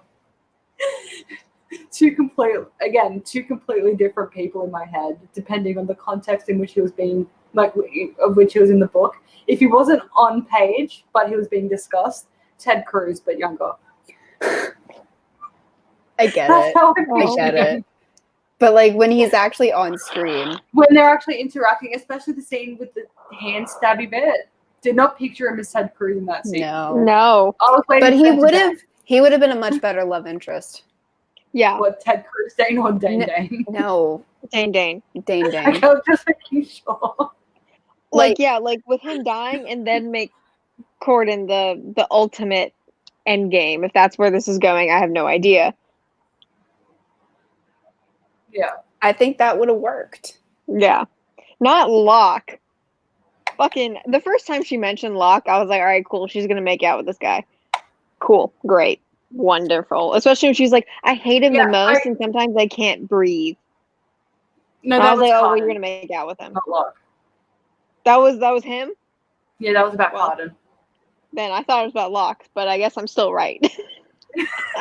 She still makes out with the guy she's talking about like that. Yeah, but because the first time we really get anything about Locke was when someone was being mean to one of the other, like when Cardin ripped off another kid's wing, and then Locke helped him stand up or something, and their eyes met briefly. Sorry, she met his fox-like eyes. because we can't forget that Locke has fox-colored eyes. Also, Carden has a tail. Yeah, Carden has Just a tail. so That's everyone hilarious. knows what the fuck's happening here. He has a tail. But anyway, like actually, also just while we're on the tail bit, do you picture it as like a fluffy tail or like one of the like hairless tails and then like with a little It tuft of hair? depends on the scene. When I I picture just it as did a it right tufty end of now, hair. That's how I I- pictured it too. I thought of it Tuft like the a end of tail. hairless Isn't that cat. how that's how it's described, right? I don't know, but as soon as they mentioned tail, I just like That's how I long before we- pictured it. I pictured Yeah, it as just like like- hairless and then it's like fluffy at the end. Yeah, like when you get your cat, if you go and get your cat shaved, they shave like the whole tail except the, like the tip. But yeah, and then it's got like just a poof. Yes, I picture him like kind of like a with, lion, like, but like scar tail. Yeah. like a lion tail, but like worse. You know, where it's like nothing and then floofy. That's where my brain goes. Yeah. But you know, with like as soon as like, you know, their eyes met while he was helping this other kid and she was like, I guess he might not be as bad as the others. I was like, okay. So he's gonna be the red herring love interest. Yes. Because again, from the I hate him so much I can hardly breathe. I'm like, okay, no, she's got the heart's feeling I have for another him. question. Why would you have a red herring love interest in a book titled The Cruel Prince? What the fuck? This is wasted page time. It could have been establishing her relationship with Carden in a more like sympathetic way that makes sense for them to make out at the end of the book. I'm raising my hand because there's 3 people and I don't want to be rude. Okay. That's what I do with my parents. If they're talking to each other, I just go like I'm like, until they finally I acknowledge. have actually fixed the way I Okay. raise my hand because, like, you know, now I'll just, you know, or that, you know, just a little hand up. Sometimes I still do it if I'm not thinking about it. But, like, when I was still in school, do you know how I used to raise my hand? I used to get teased. I didn't even realize, no one noticed except for my friends. And if they did notice, I didn't get teased by other people. But my friends noticed and teased me. It'd be like, whoop. So it was like a little twisty hand going up. I have a double jointed elbow. So I would like hyperextend when I raised my hand and it made people uncomfortable. So your teacher would call on you just to get you to stop. Yeah, because I can hyperextend my elbow. Yeah. I can't. Yeah, you I can. can't. That's as wait. There's my camera. Yeah, I can't. That's as good as I can do. I can also break spin my it. elbow now to do it. I can like place my hand down on a table and spin my arm around. Mm, Yeah, like this. It makes people really uncomfortable, as you can see. That ain't right. That ain't right. Like I can deal with like, you know, people being able to bend the top of their thumb back or Yeah, like I can't do that. See, I that can't doesn't bother me because I can break twist my their own hand fingers. that way. So or if like there's some people where they can bend their hand back like all the way back to their arm. I have that carpal doesn't- tunnel, so I can't. That elbow thing, no, that ain't right. did I not show you that I can break like these 2 fingers? I can like this joint right here. It like completely pops out of place. So you can dislocate your finger. Yeah, like these 2 fingers will just like go like completely off. Why would you do that? It's like I don't know. It just does it. She knows about Oh, it. It does this thing. It's really gross. Okay, let's move on before I. Ugh. My mom took me to the doctor, and he was weird. like, he was like, yeah, that's not right. And then she was like, can it hurt her? And he was like, does it hurt? And I was like, no. He was like, I guess not. And then that was the end of that. She was really worried about it.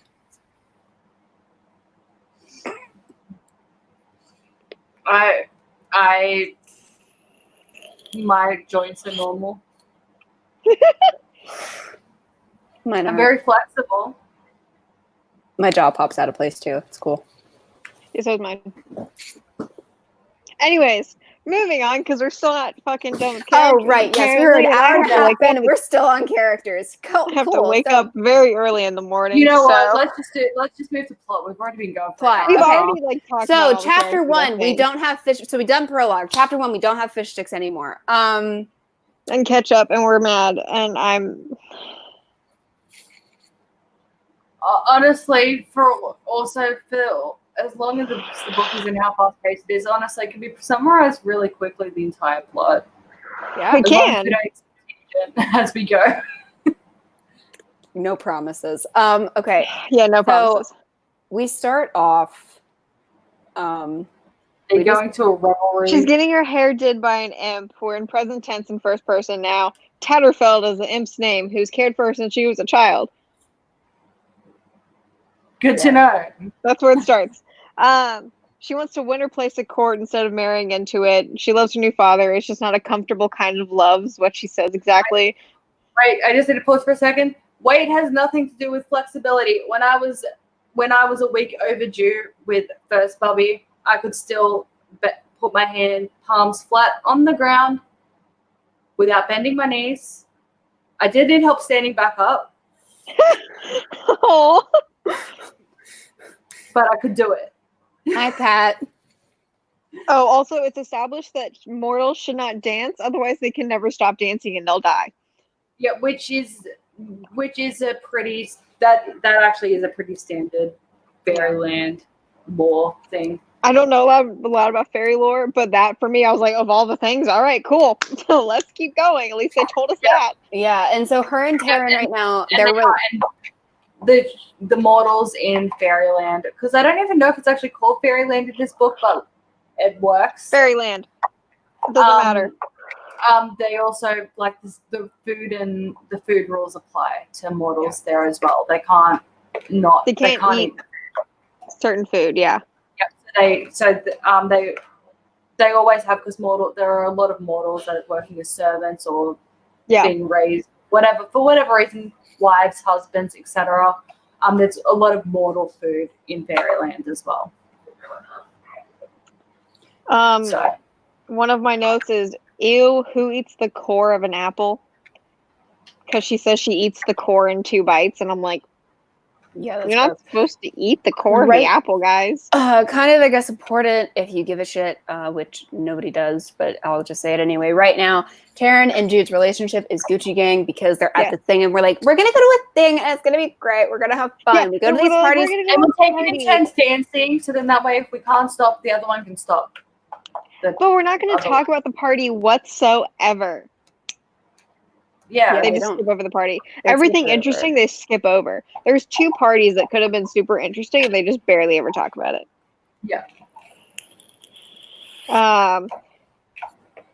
And Vivi Could have been like some nice establishment like, shots. why do you guys want to do a dance? You guys suck. Yeah, It's- I mean, it could have been like some nice establishing shots to get us used to the whole, like, this is the court. Here are the kings. Here are, like, Yes. some more establishing shots of the courts, of the kings. Here's Carden. Here are the people. Here's Carden. By the way, this is Carden. These are the courts. These are the kings. This is important. We Here's did how it works. Here's how it works again, just so you know, Yeah, because this is the world that you are in. Here's the culture. Just here we are our did establishing not- shots. This is the world. Welcome to fucking Disneyland. Like, I didn't know that there was like still like other courts, and well, like we knew that there were other courts, but I thought they were like, you know, foreign courts or whatever. But I didn't realize, because when they mentioned that, like the chick friend, like Carden's chick friend that was dumped him for luck, and then he dumped her for whatever type thing. She is a queen's daughter, Queen. and I was like, yeah, and I was like, how? And then I was like, and then they're like, she's a queen of a lower court. I'm like, kill me. This could have been established earlier. Yes, I know. Also- I want a map too. There is a map. It's just Oh, irrelevant. I want a There is There's a a- map. I just Yeah, kind of but wanted a we'll- map of Disneyland. Like, I wanted establishing shots. They don't give us establishing. Oh, like a flow chart. Yeah, like something. I want a flow chart. Like, you know, those scenes of those dances where we get like a, hi, welcome to the world. Here's what's up. Yeah. That would have been nice. That would have been a nice courtesy. Well, the party would have been That's what I perfect mean. time. Like, this is exposition. this is the thing. This is like what we were saying earlier, and I won't like go on as long. But if you do something that's jarring, you can do that. But you need to take that time to slow down, to really focus on Taryn and Jude, and then slowly bring in, like, spend some time. Like, there's the king, here's what's up. And then you do Yeah. it again which seems repetitive, but do it anyway because you just did some weird, crazy shit. So do it twice, just so that we're like, okay, we're in Disneyland and I get it. I get the rules. Okay, cool, moving on. I can enjoy this book now because I understand what's what. Because the parties are a great way for you to show that your main characters understand the culture. You can show them understanding the culture so that we understand the culture. Addie, please continue. The thing I wrote down here, that we're in chapter 4, by the way. There's some things that they beat us over the head with, and there's some things that like they're so vague that I don't get it. And one of the things they beat us over the head with is the fact that they hate mortals. Like the Fae hate the mortals, apparently, even though they marry them and mate with them, they still fucking hate them sometimes. Yeah. But we're beaten over the head with that constantly. And like also something I didn't like very much is that she has, like, I get repeating certain lines throughout books, that's fine. But not every single goddamn chapter have the same fucking line that your dad told you once. What line is it? It's the it's not your inexperience I'm worried about, or like you're not a killer. Like there's like a bunch of them that she just yes, every hold chapter. Hold on. This is how the narrator says it. You're no killer. Yeah, like she thinks it every fucking chapter. And I'm like, right to the end. You're no killer. Anyways. That's how she says it. Jude. That was funny.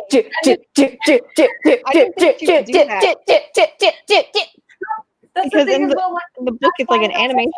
Jude. Because like it starts off, like, and then it slowly increases in tempo, and then rapidly increases, and then it just goes, Jude. Yeah, it sounds like it is literally her name in sex. Yes, it is. Oh man. Yeah, and then I wrote down, who the fuck are these people? Okay, he's a prince and he's mean to her. The cruel prince, everybody. That's the book. Credits. There's a prince and he's mean to her. And then they make out. And roll credits. He is the king. Roll credits. Yeah. So anyway. No. Actual plot. Does anything interesting happen at the party? Was that where the wing thing happened? They skipped the party. Okay. The party gets skipped over. And then I guess it's school the next day and Carton puts dirt in their food. They're picking blackberries. Yeah, Prince wants her to drop from the tournament. That will make her one of them. Oh, there's a tournament. So that what's we her nuts? barely talk about. Yeah, so what's her nuts wants to be a Knit, and she is like, I'm gonna be a Knit, and Tara's like, oh, come on, man. You need to do the G2. Sorry. Yeah, if you go to the K, you have to do the G2. All right, so she wants to be a Knigget, and so Taryn's like, no, and she's like, no, I'm going to be the best Knigget there ever was, and like no one ever was. And then to fight them is anyway. Moving on. And she's like, I'm gonna do it. And then she's like, well, have you even told Maddox you want to do it? And she's like, I'm afraid he'll say no. And so then Carden's like, dirt, drop out of the tournament. And then she's like, I'm not gonna drop out of the tournament, and I don't like dirt. And then it's a whole thing, and then we make a day of it. And then we go home, and then we go, Maddox, I'm gonna be the best, like no one ever was. And then he's like, no, you're not, sweetie. And then he's like, well, can you make training me your cause? And then he's like, yes. Stop bringing Pokemon into this. How dare you? Pokemon's too good for this. What's wrong with you? I think you should apologize. It made me feel clever. No, babe, apologize to the room. I apologize to the room. Thank you. Okay. Chapter 6. If you weren't going to, I was going to go get my daughter's Pikachu and then make you apologize to Pikachu. I kind of wish you had now. So finally in chapter 6, but do I get any credit for that, like, at all? Any creativity? No, because Pokemon's too good. Oh, come on. Pokemon's too good just for like this. a little bit. Because it's OG Pokemon too. If you'd done maybe quoted the theme song for maybe like season 17, maybe. Not OG Pokemon. How dare you? Really bad. Well, you know what? It hurts me. I thought we were friends. I thought we were like best. I thought crossed we the were friends. Pacific Ocean for you. And The biggest yet you ocean in the world. And yet you still brought Pokemon into this. Anyways, in chapter 6, she's finally like, I've told this story all wrong. There are things I really ought to have said about growing up in Fairy. And I was like, yeah, no shit. And we get just 3 bullet points of her getting her finger chopped off, and then she got drugged and danced for a while. Bitten off, yes, so sorry, bitten off. She got drugged and danced, and then she was Oak like glamored her to slap herself for a little while. When he was 4 years old, and she's mad at him for it still. And none of these things really. Well, I don't think she's mad at Oak for it. I think she's more just it's a cautionary tale because she doesn't seem to have any animosity towards Oak. The only animosity that seems to still be stemming from that is because she didn't revenge herself at the time. Yes, because she didn't get Oriana revenge. is She's like, oh. Yeah, Oriana's convinced she's gonna I guess kill Oak. because Oriana knows that Jude is a fucking psychopath. Well, I think because it's not explicitly stated, but I think the meaning of that is like the Fae are vengeful heaps. They're not very like they curse. They put curses, like dying curses, on people and stuff like that, and all that crap. So I think that's the standard in Fairyland, that if someone wrongs you, you avenge yourself. Yeah. And whereas humans are forgiving people. I mean, not like individual people aren't necessarily forgiving, but that's a human trait, whereas it's not a fairy trait. I think that's the issue there. But again, she never actually explicitly states it. So we're all having to draw our own conclusions as to the problem. Maybe book 2 will be better. Oh no. It's worse? How's it fucking worse? Because it compounds itself. Like, God fucking damn it. because all Does it these start out, like, explanations. soon after Yeah, because like all these explanations good. that we don't have, are still not there. like we still don't have them. And so it's just like, here's more story and you're still more confused. Because now you have to go into this political system that wasn't set up. I'll be right back. I gotta take a lap, guys. I'll be right back.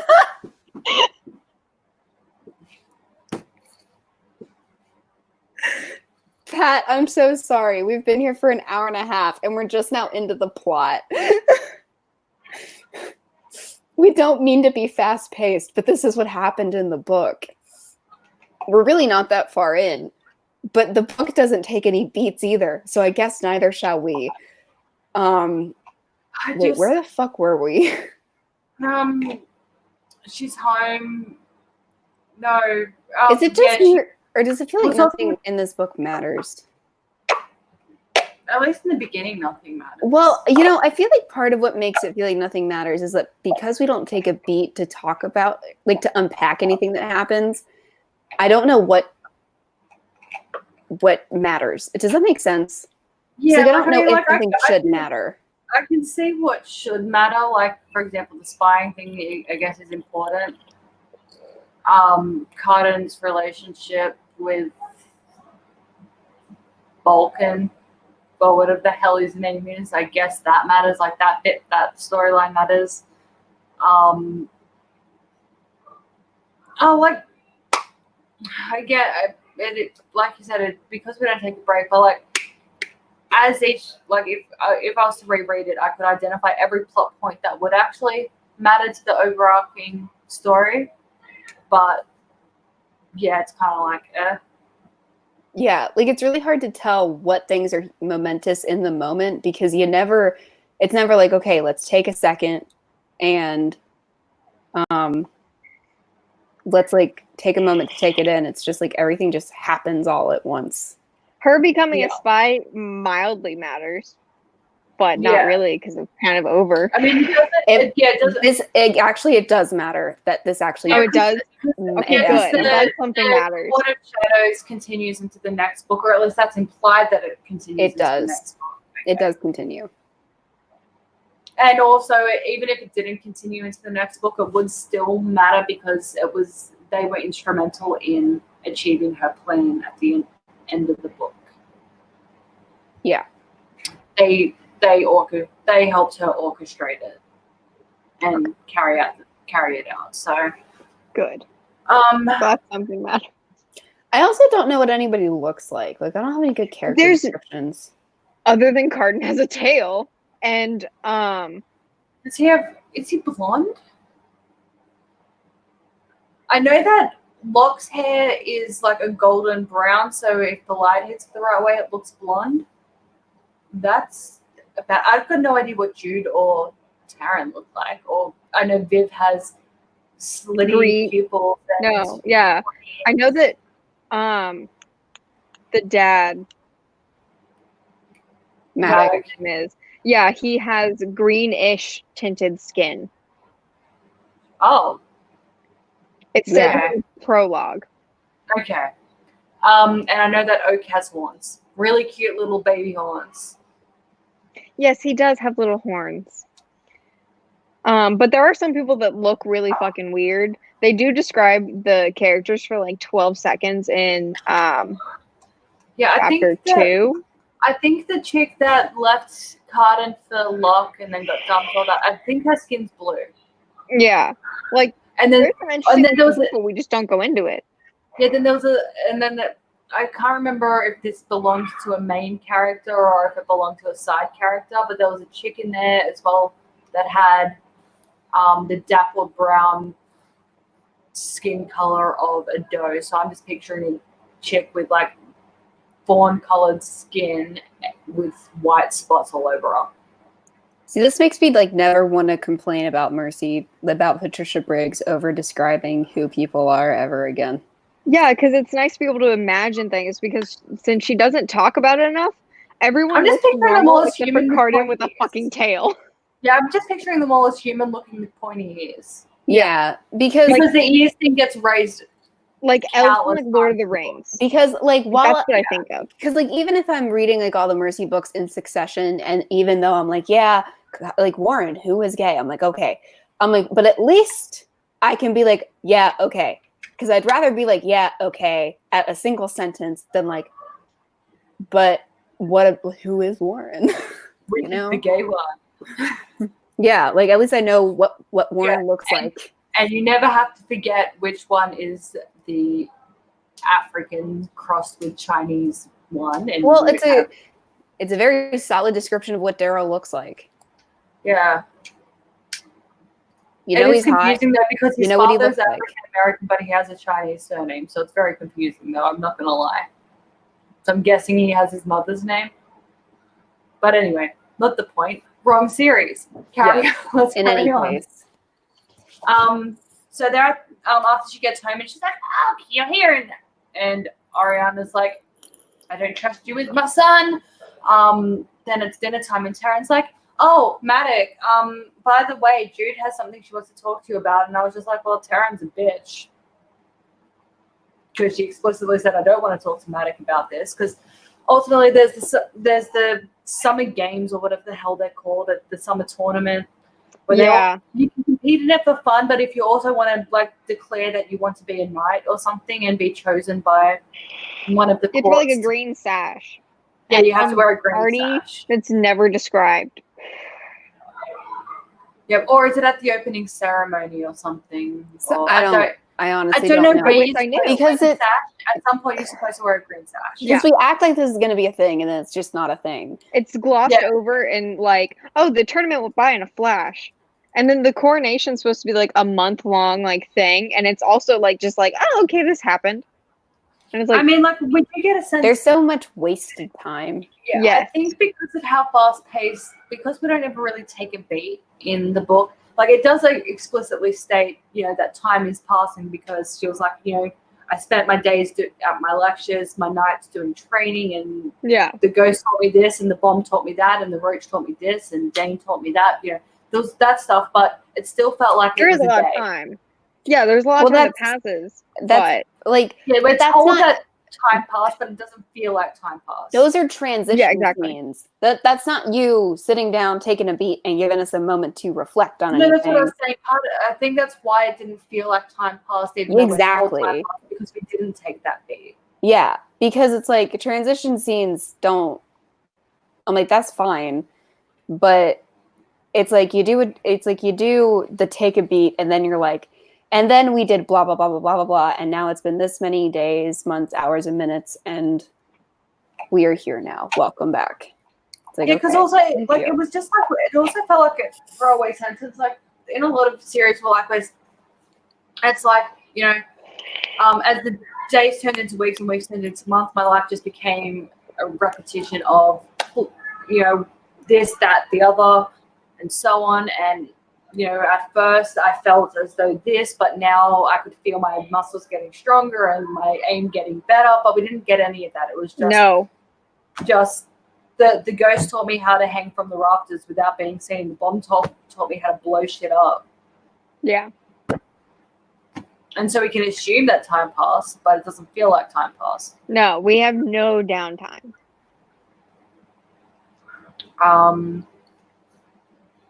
Yeah.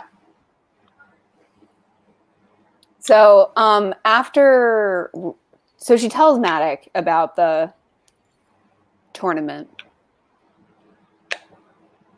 and Matic is like, you can now you shall not knight. Well, he's like, you Yeah. can compete, and if you want to be a knight next year, because you're really young right now. After the coronation, he was like, after the coronation, ask me again. Yeah. He's like, I just want to make sure this is like a thing that you want, which I thought from a dad was a really reasonable response. I was like, she's 16, dude. He was like, you're but 16, then- I just want to double check. And then she's like, I would say, because she kept on throwing back to that as well, like long after the tournament was over. She kept on remembering Maddox saying after the coronation, because also, sorry, by this stage as well, it's everyone knows that the king is going to abdicate and pass it on to one of his children. But because she kept on going back to that, and just with more and more little things, I was just like, he's involved in the plot. I don't know exactly what the plot is yet, but he's involved. He's involved. I know it. I can feel it in my bones. And then especially once, you know, like his spy got killed later and everything, I'm like, he's not good. He's bad dude. And he was. it's very subtle, is what she's Honestly, trying to say. Honestly, if we didn't keep going, like, because she kept on going back to the things that we shouldn't go back to if you want to shock your audience. She kept on going back to him saying, emphasizing after the coronation. Yeah. And it's like, okay, well, now I get it. She doesn't, like, and I can see why he didn't want her being a knight and potentially dying in the coup. He didn't want to, because he did try and get his entire family out of there. It was just happenstance that she didn't get out of there before the slaughter happened. But had she been knighted or whatever, because he also probably knows it pretty well and knows that she would have taken it quite seriously, she might have fought and she might have gotten hurt or killed. I think that that's what his motivation was. Right. Because he doesn't really care about it. Whereas, like, you didn't have to, because, like, if you had done the characters correctly, you could have just left it at, like, after the coronation. We'll rediscuss. Yeah, Shit's we'll busy rediscuss, right now. like, when you're older, etc. And because it'll be, like, a year from now, whatever, and you'll be older. Because that would have been him being a smart human being. And then, because like, we the audience would have been like, good dad move. And then we could have been like, oh my God, Matic, you sly dog. Like, you know? Yeah, like, honestly, it works both ways. My favorite plot twists are the only ones that you can pick up on on a reread. You can only pick up the twist on a reread. Like, the brand plot twist. Yes. That one's so obvious when you're rereading it. But, like, the first time you're reading it, you're like, Mercy, you dumb bitch, that's Matt Smith.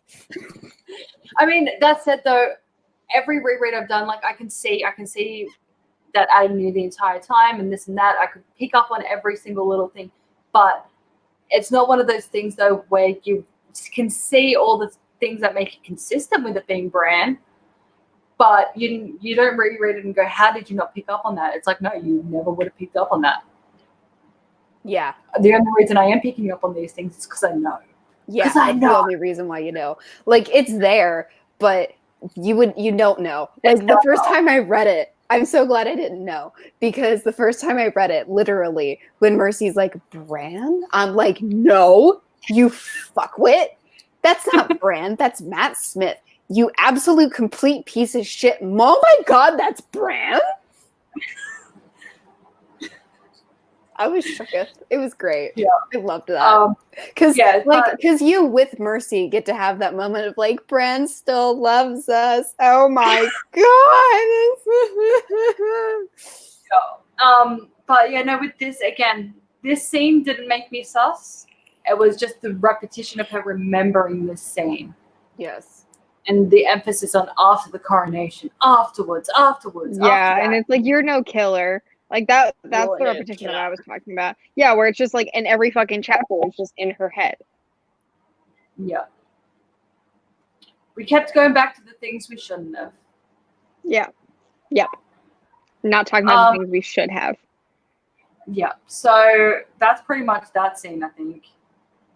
Yes. And then she goes to school. And salts all their food. Salts all their food, and they're like, oh, well, we're gonna fight fucking back. And Taryn is like, you shouldn't have done that. And she's like, well, I don't fucking care. Bitch, I want to stir trouble. So I'm just, why stir trouble? Literally, why? Yep. And one thing as well, because I can't remember where each of these bits happen, but where, like, they try to indicate to us as well, like, Holly tries to trick us into thinking that, because we find out at some point as well that Taryn has a secret lover, and Yes. she tries to make Somewhere. us think it's Carden. Yes, she does. But then as soon as she was like, as soon as Taryn says to Jude, I think you'll like him. Again, I think we're supposed to think that, you know, she just doesn't know the real Carden. Once she knows the real Carden, she'll like him. As soon as it was that, I'm like, it's Locke. It's Locke. And it was Locke. Yeah. Yep. It's really obvious. Because Because also every time Jude had Locke, because they had Taryn and Locke having so many, you know, in the distance conversations and shit as well. And then if she had also eliminated that, every time Taryn sees Jude and Locke together, Taryn's She's just like, what are you doing? What are you doing? What are you doing? She was like, Yeah. she's like, what you doing? What you doing? What you doing? What you doing? Why What you doing? Why What did you I doing? talk to you at this table? What were you doing in this room all night? What happened? Tell me. I don't believe you. Tell me what happened. Tell me what happened. Yeah, You know, and it was wasn't like just like it wasn't like, you know, how you would just be like, oh my God, tell me what happened. Yeah, like, Tea time, let's go. like, tea time, let's go into the kitchen, we're gonna make some fucking tea. Like, it wasn't like that. It was just like, tell me what happened. I have a knife to your fucking throat. You're gonna tell me what the fuck happened, you fucking bitch. Like, it was like that, and it was like, oh my God, this is like rough though. Yeah, like, I mean, and like, Taryn's a fucking idiot as well, because Jude straight up says as well, oh, we kissed and made out and, you know, did this and that, and like, you know, we're becoming a thing, and then Taryn is not only like, wow, okay, I'm still not going to tell you, but also I still want to be with him and marry him.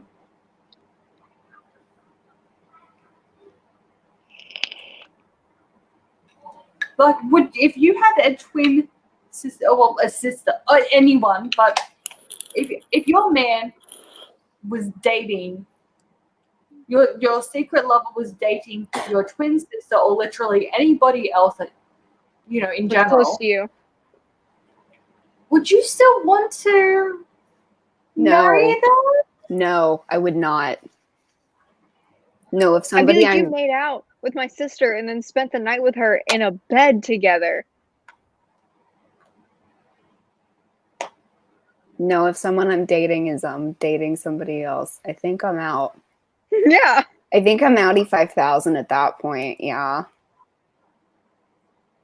I think I'm Gucci gang. Yeah, like, I mean, like, because he started dating Jude after those two had started a thing Yes. as well. It wasn't before the fact. She didn't fall for him after, you know, him and Jude started a thing, because that would just make her a bitch. Yeah. It was before. Well, this was the test of love, Fucking kill me. is whether or Like- not like she can keep her fucking mouth shut. Anyway. As well, also, yeah, no, also, if I had a guy that was like, oh, by the way, I'm going to start dating your sister and you can't tell her anything, and then I'll marry you. I'd be like, Like, that's you're another thing, like, psychotic. yeah. You're psychotic. I would be like, I'm no. And then I would be saying, hey, sister, stay the fuck away from him. He's psychotic. Even You've if it never was been- like, I guess I don't have sisters, but if it was like, I'm gonna go start dating Addie or Bay, and you can't tell You're them, I would be like, I'm gonna go tell them right the fuck then I'll now. marry Are you kidding? We have a group chat. We're going right I'm now. like, I'm FaceTiming them. You're right here. Hey guys, this motherfucker. Well, I mean, like, okay, like, I mean, the insult to you aside as well, like, no, like, I'm going to date her, and if you can deal with that and keep your mouth shut, then I'll marry you and leave her. Yeah, I would be like, first But of all, like, for the your insult friend, to me, your sister's sake, but your also the sister's sake insult as to my well. best friend. How Yeah, dare like- you? Like, as if if Taryn gave a fuck about you, she would have said, look, I don't think you should be with Locke because he's with someone else. Shady. Or just he's She shady. didn't even, she didn't even have to say, he's with me. She could have just said, he's with someone else. He's fucking with your head. Yeah. And it wouldn't have broken her oath to him. Yeah. But she let Jude fall for him. I don't know if Jude actually did fall for him. I Or don't. if That's the thing is I no think she- romance is fleshed think out she would- enough. I think she got fond of him, at least. But Does Yeah, but Does But Jude have emotions? I can't tell. like, she Taryn has no believes that emotion Jude ever. was hardcore falling for The Locke. Taryn only- believes that. Genuine emotion I feel from Jude is her like complete boner when Cardin is in pain. Melted. Like Yeah. when Cardin is upset or he's scared or when he's being beaten, I know what Jude is feeling. That is the only time. Yes. Yes. Not even when she makes out with him. Just when he's getting beaten. Yeah, like I really don't know how she feels about that, but I do know how she feels about him having the absolute shit beat out of him. I know she likes that. Yeah. I think that they That's would all I have a got. very interesting sex life. I hope we don't find out. They would be beating the shit out of each other during sex because they get off on each other's pain. Yeah. They would switch between dom and sub mid session. Yeah. She could go first because she said she could have her happy, and then it's like, okay, switch time. I'm gonna beat the shit out of you now, and then I think that's their sex life. I don't think that they could have tender sex. No, never. No. It would They be both hate like each other too much. it I would can't- be like I can't imagine a chill moment between these two characters. they'd be calling making love doggy style. Like the Jenny book did. We Making made love torture- doggy Making style. love, making love torture style. That's how they do it. And then we made love as he beat the You- crap out of me. No, she would be. No, he and would then be I apologize. And then we taking make him- love whipping him as to he belt beats the shit out as of he made me, love to- and I bleed from my shoulders to the tips of my toes, and I am bleeding profusely, and it is I it feel is my painting side the stones from red. But That's it a was the best transcript. lovemaking I've ever had. Yes, it is the best love making I've ever had, as I make love doggy style. God. Okay. Anyways, Sorry. So as revenge, we're still in chapter 7. As revenge. Oh, because Um, salt is not the face friend. Salt undoes, like, if you eat fae food, you eat salt and that. Gets rid of the effects.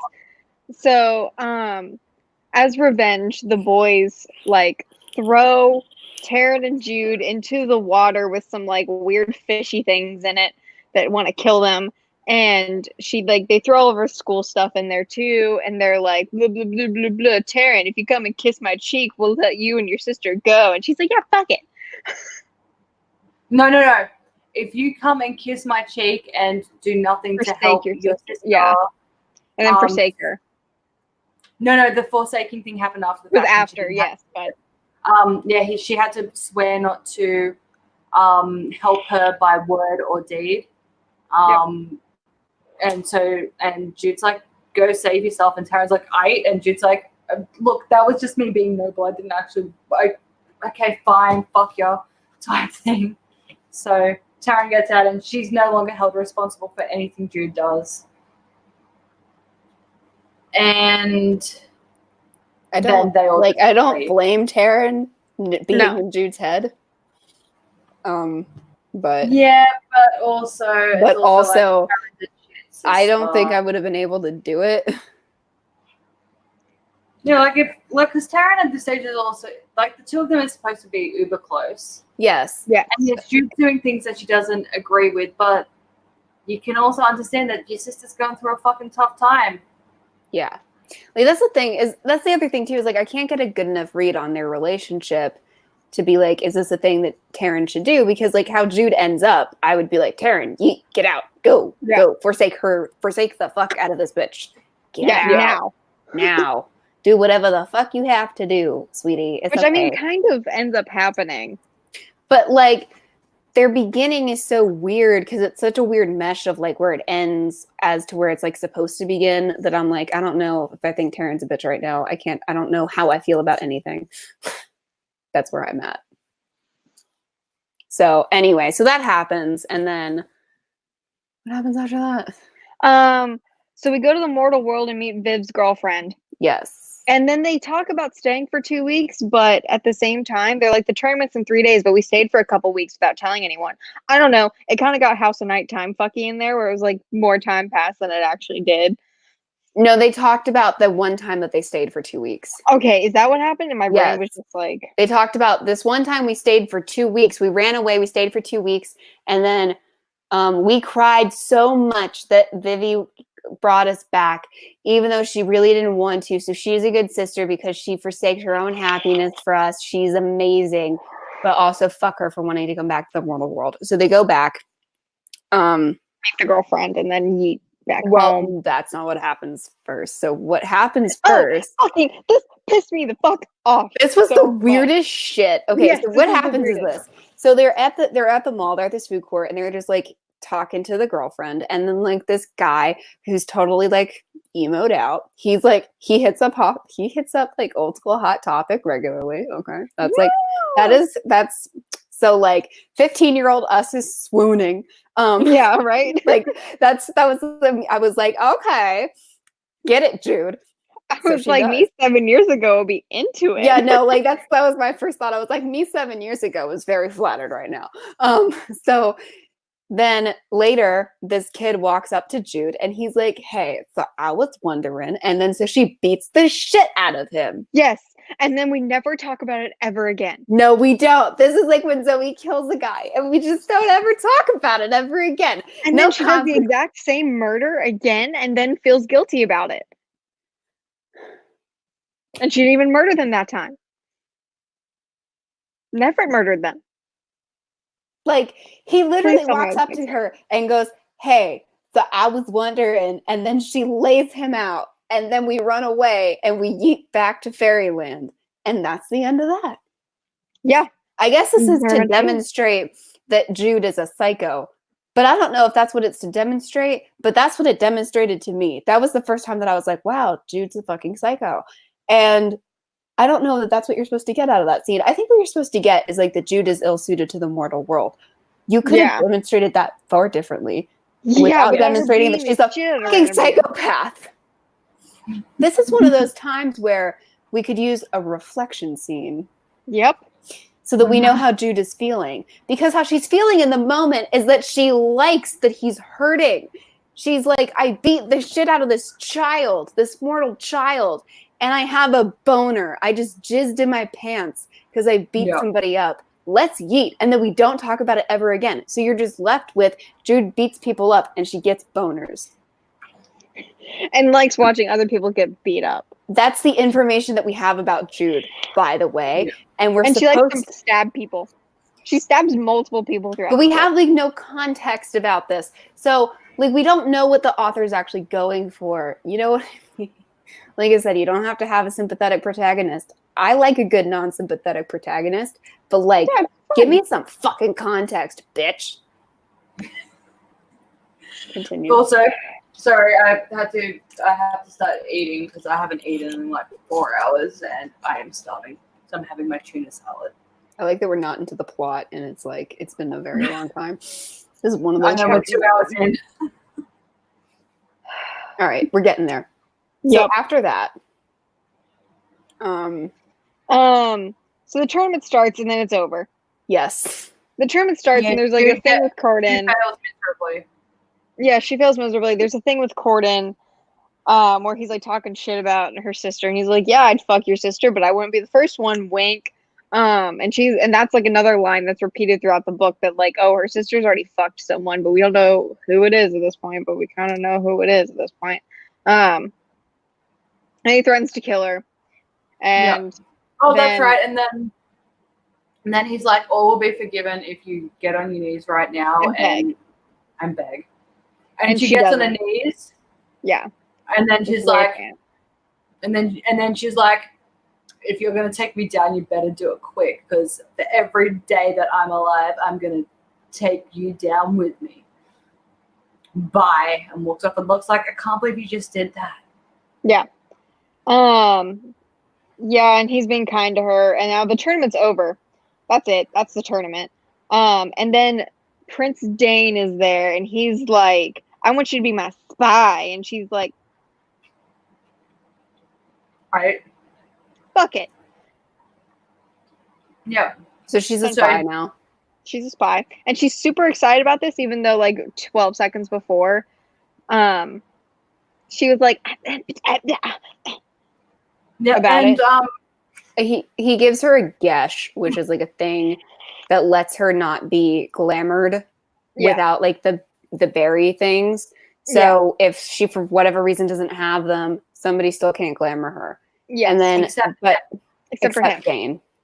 yeah, So Dane can still say like, so he still does the thing where he's like, for as long as I'm alive, you can't tell anybody about like the thing and the stuff and the stuff and the things about me and the stuff and the stuff and things. Yeah, and because that's the thing with gashes as well. Like, you know, in almost every law with like the Fae in it is, again, for every gift they give isn't always necessarily a gift. So Yeah. for every gash that they give, there's a downside too. So one of the examples given was, you will win every battle you ever fight in. However, you cannot refuse any dinner invitations. So then literally all your enemies would have to do to stop from losing the battle is to invite you to dinner during the battle. Yeah. Pat, just to catch you up to speed. So Locke is like the red herring love interest. And what happens with Locke is that Locke is secretly dating Jude's twin sister, Taryn. And he starts that off screen basically. And then he starts dating Jude. And then, but what happens is that like Taryn is not, as a test of love, Taryn is not allowed to tell Jude that they are going to be wed while and that they're he is fucking dating, off screen. Yeah, and that they're fucking off screen while he is dating Jude. That's what's happening. Yes, while he's dating Jude, making out with her in public and stuff like that. And Carden and all their friends, because Locke is one of Carden's friends, their entire friend group knows. Oh yeah. They all know about this. So next day at school, she eats a fairy fruit and gets drugged, and then she starts getting naked because they're like, "Oh, get naked." Take it off. Yeah. Mm-hmm. And then, because ultimately what it does is it's like Uber ecstasy but you're a lot more suggestible. Like if you're high on Eckies, you still have the capacity to control yourself to an extent. Yeah. This not so much. So they're like, "You should get naked," and she's like, it would make them happy if I was naked, so I'll get naked. And then they wanted her to suck the pulp off of one of their hands, and then Carden's like, no, I want you to make out with my foot. Yeah. It's a weird display of affection, but that's fine. Because also, And also Valerian tried to strangle her before the naked bit happened. And yes, he did. And Locke is eventually like, all right, let's get her out of here. And he kisses her hand. And then her fake father is like, who the fuck did this to you? And she's like, I'm not telling you. Because Carden's also the one that snapped her out of it. Because the only way to snap her out of it is salt. He pricks her finger, and then she instinctively There's salt puts it in the mouth. on the wound. Wait, does Carden do it or does Locke do it? Carden does it. Okay. Carden. Yep. And she won't tell her dad who did it and all this stuff. And then she gets her first spy assignment. And I just wrote down, I wish I cared. And this is when we see our main love interest, Carden, get beaten, and she gets a hard on over it, and it's great. And she steals Alice's Adventures in Wonderland from his. Yes, she does. Carden's copy. Yes. Yes, and that is where the Jude. Not yet. No, but that's where it's written. Oh, is that where it's okay? It's on a piece of paper that was in the book. Yes. And then she goes home, and her and Taryn read it. Taryn reads it to her, and she falls asleep. And then she wakes up the next day and reads the Jude. Yeah. Jude. Yeah, we meet spies and stuff like that. Locke and her almost kiss, and then the blah blah blah. Yeah, and then the Jude wonderful thing happens. Then we have some dress stuff, and then she's like, "You're not my dad," at her dad or her dad, whatever. And we're at school, and I don't care. And then she does some spy training, and then more school. Yep, and then at some point, Valerian, she falls asleep in class because she's tired from all the training. Oh, she's also poisoning herself to try to get herself. Which that's part of spy training. I wish I cared about this, and I wish that because that is actually kind of smart in a way. Well, it actually is also a thing that people do. Yes, well, it's like the allergy injections. Yeah, and it's kind of also like vaccines. Like that's how vaccines work. Yeah. So every day it's like one smart thing Jude does. Yeah, she has a little bit of fairy fruit regularly, and also has all these different poisons to get used to them all. So she is very sick. Yeah. So she falls asleep in class one day. Yes. And wakes up, and Valerian's there. And he's the only one there, and she's like, "Why didn't my sister wake me?" Yeah. And he's like, "Well, she made an oath, not to help you." And she's like, "Oh yeah, well that makes sense." And Valerian's cut off her berry necklace, and so she gets the first real test on whether or not the gesh worked. And he's like, "I want you to go to the balcony and be like, 'I am so sorry, Carden. You are my Lord and Savior,' and then jump." Effectively. Yeah. But she's just like, "Nope." But she stabs him. Yeah, she stabs him instead. She stabs him, and then Locke takes her to his house. They kiss, and then he's like, "Stay the night. I'm having a party." And then that's it. He kisses her in front of everyone, and then we skip really over the party. And then she goes home, and then more espionage, and then she's being a bitch, and then this whole side plot of this girl named Sophie. They're trying to get her to escape, and then she dies while escaping with Viv, but Viv doesn't die. Only Sophie dies. And with Carden being beaten as well. So Carden is living with, because when she had to do the spy stuff, she snuck into Vulcan's home, and she didn't realize that Carden lived there. She thought he lived at the palace, but no, he lives there. And she's like, "Oh fuck!" And then Vulcan's like, "You need to work on your sword mastery skills. You're not doing well enough. Human servant with him." The other thing about the party thing, that's where the acorn thing comes into play first. Yeah. Because there's Locke's mother, her dress, and then she finds this acorn. She steals the acorn because she's a weirdo. Yeah, and he's like, I want a memento of the night because I'm a psycho. But then she like does nothing. I'm gonna steal this. I'm gonna steal this thing that belonged to your dead mother. That's gonna be my memento. Because we find out as well that Locke's dad yeeted. Mum became a mistress to the king and fell pregnant and was poisoned while she was pregnant. She was murdered while she was pregnant. By blusher. And so it's heavily implied. Yeah, it's heavily implied. Oh, that's because that's the thing she found in the what's his face's house as well. A letter saying, "I've located the provenance of the blusher mushroom and blah blah blah. What you do with the information is up to you." So they're like, "Fuck, they're going to try and kill Dane with blusher mushrooms."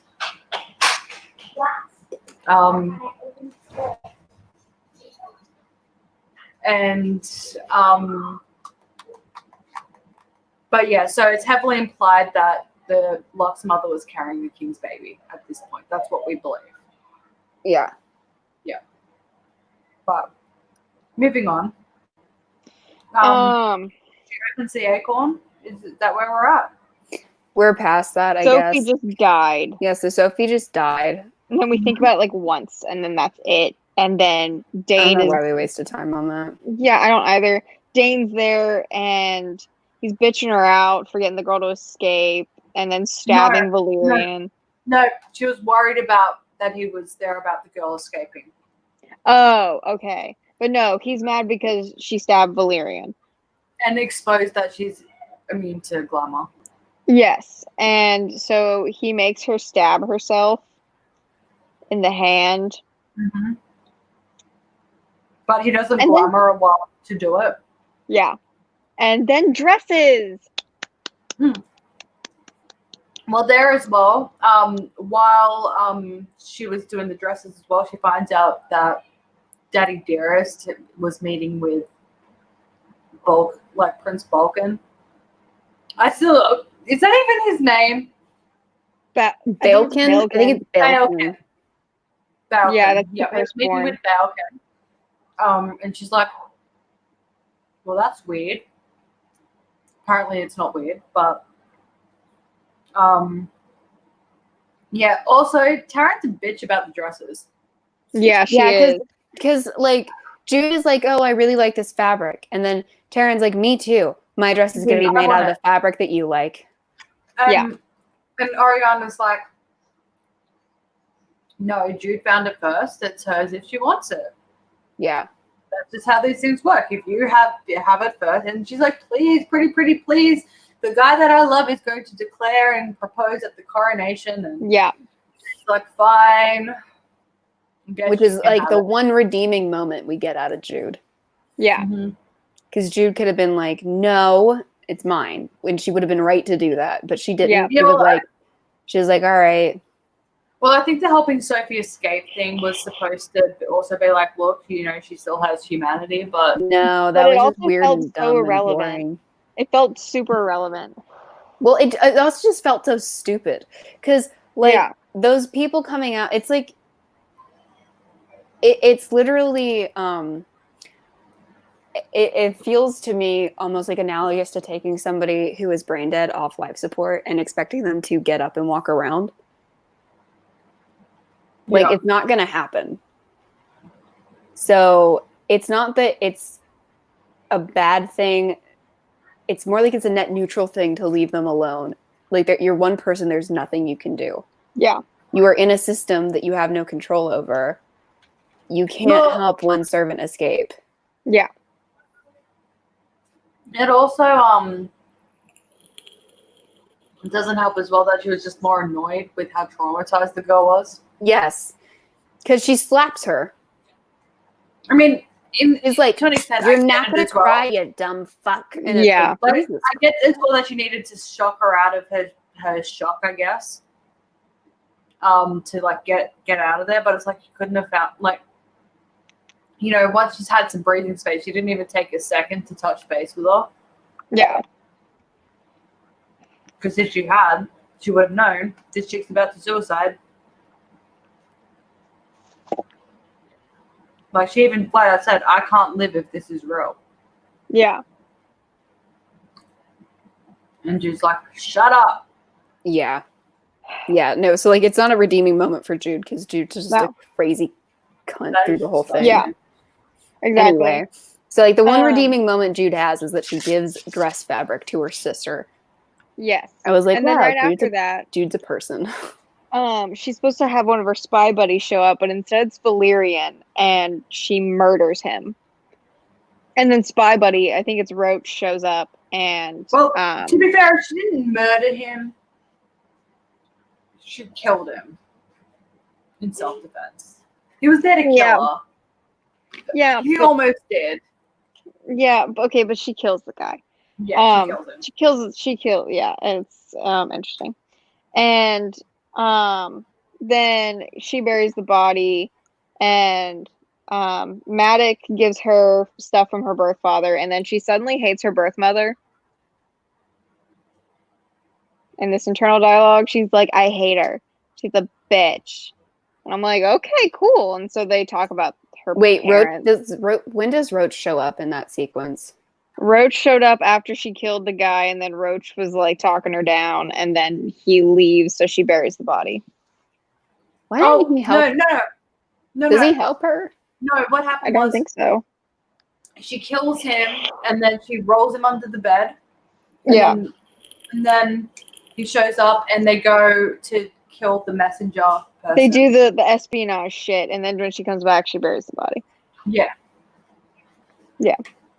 Why Roach, doesn't he help her? Be a I don't bro. know. Yeah, right? Like, help her bury a body. So then we're at the coronation. Oh yeah. Well, And also when they killed the messenger thing, that's another indicator that Daddy is in on the coup. yes. It was his spy. Which, yes, the coup is impending. It's about to happen. She talks to Locke, and Locke is like, hi, would you still love me if, like, you had to give me to someone else? Bye! And he just walks away. The dance changes, and then she's just like, wait, And then what? she's missing And with he even Carbon. said it's time to switch, and then goes and dances with her sister. Yeah. And Whatever. she ends up with Yeah, and the coronation happened. Someone gets shot. I don't know who. It's the older sister. It's the It's older. the- I didn't know what it was happening. I was like, She gets a died. knife to the throat or something. Yeah, someone because- gets shot with The arrows. sequence was fairly poorly written. Yes, Yeah, so- and then Because the law with the crown is as well. While it can also only be passed on to a blood descendant, and it has to be given to that person, like placed on the head by another blood descendant. There's also a curse upon it where if somebody causes death to the wearer of the crown, that person will also die. yeah, And the way it sounds as well, it's not even just if you get an assassin to kill that person, the assassin won't be harmed from it, but you will be because you caused it. Yeah. Or you both might die. I don't know, but even if you pay someone to kill the king, you will die. Yes. So with the coronation thing, the king has to relinquish the crown, so that he takes it off and puts it down. Crown belongs to no one, and then he names his heir. And then someone would be like, I agree. And the court's like, huzzah. And then blood relative goes, pff, and then. So at this point, when the coup happens, the crown belongs to no one. Right, because he's like during, real quick, your wife had, I think he's talking about the Jude thing. Is he having sex or sneezing? Yes.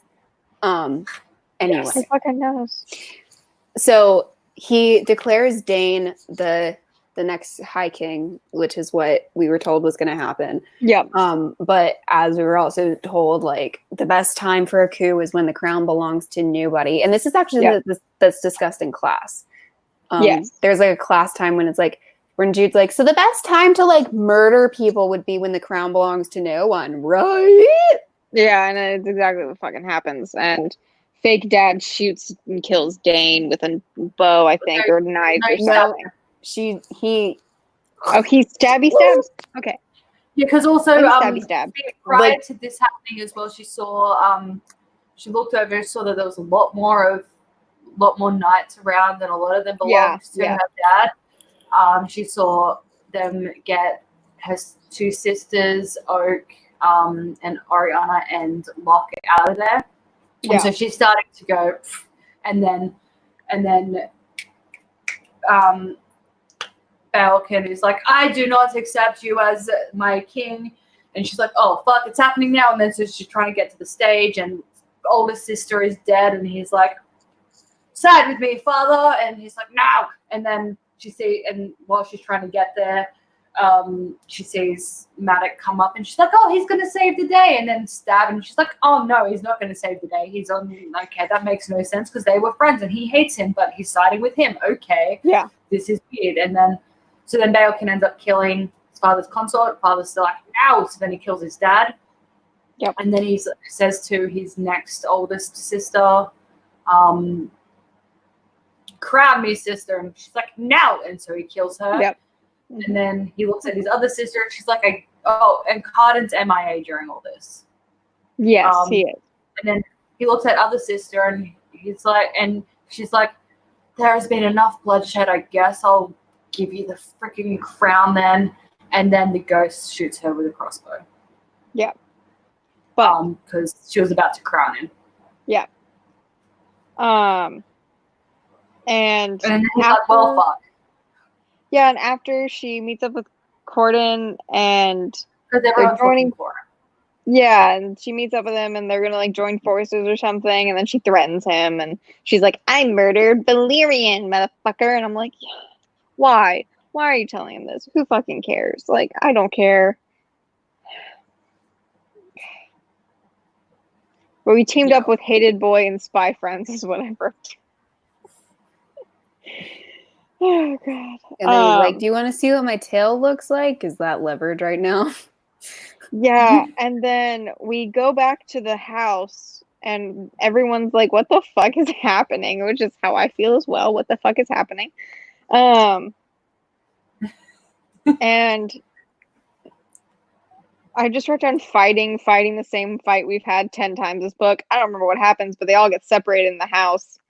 Like, people just take them away to different rooms and stuff like that. Well, because the sisters get into an actual fight over Locke. Yes, Yeah. yes. They get into a legit sword fight. Yes, they do. And then Maddox has a sit down with him, and he's like, this is the one time we actually get a reflection scene. Yeah. Because Maddox is like, hey, stop it. Mm-hmm. Yeah. And Because he says because Taryn's like, well, she challenged me. And Maddox Yep. goes, Oh, yes, I well, remember. motherfucker. Okay, listen. Here's the thing, though. All you had to do was fucking not. You really think she would have stab-a-doodled you? I was like, I beg to differ. She fucking would have. But, you have a point. Yeah. You do, because I don't think you know that your daughter's a psychopath. But Yeah. we know Taryn was right to defend herself because Jude would have killed her. But to your point, in any case. Yeah, and she's like, so do I get to marry Locke?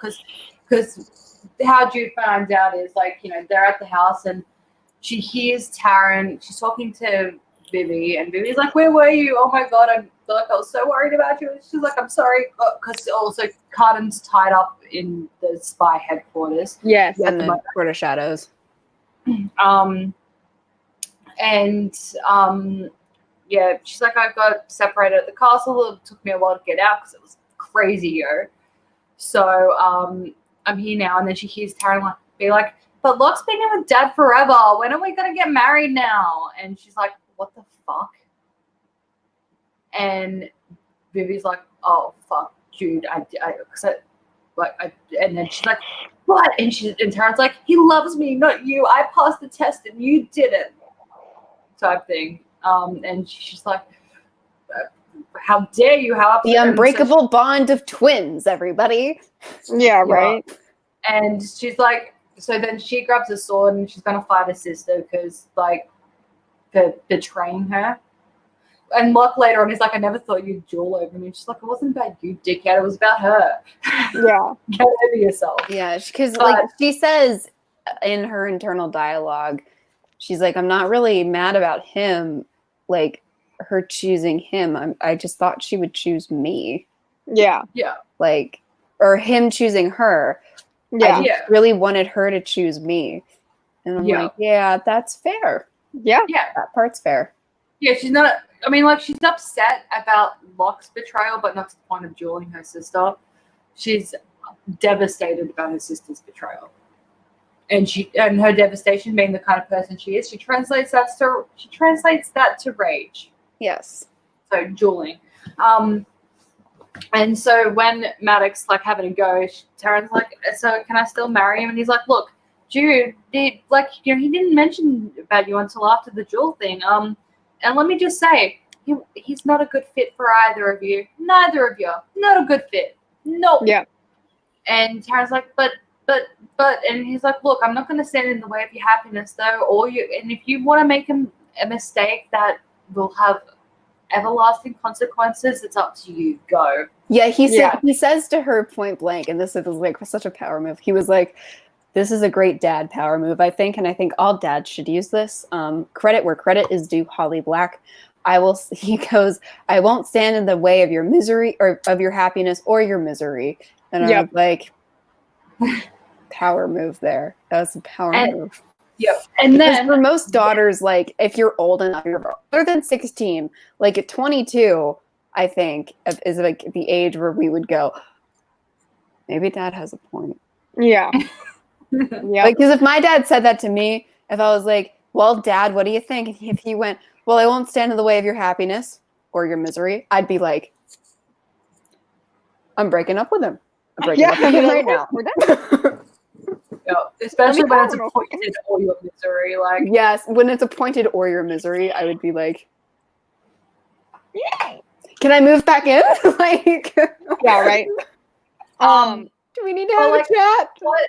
I mean, I was already pissed at Taryn enough, but I'm also like, okay, she's 16 and she's fucking thinks she's in love, all that crap. Like, you know, she did a dick move, right? But then as she's leaving the study, because he's like, you can go now, Taryn, go find your fiance if that's what you still want him to be, and I guess have fun, you weirdo type thing. Yeah.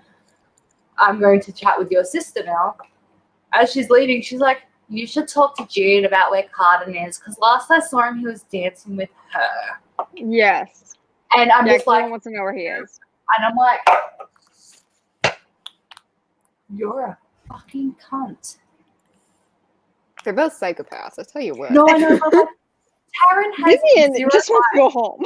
Yeah, I'm like, can we either be in Vivi's head or Carden's, like somebody else? Like, Taryn has zero right to be pissed at Jude right now. Yes. Yeah. Jude didn't know. She betrayed Jude. Jude didn't betray her. Jude was open with her. Like, I'm seeing love. We're making out. We're doing stuff. You know.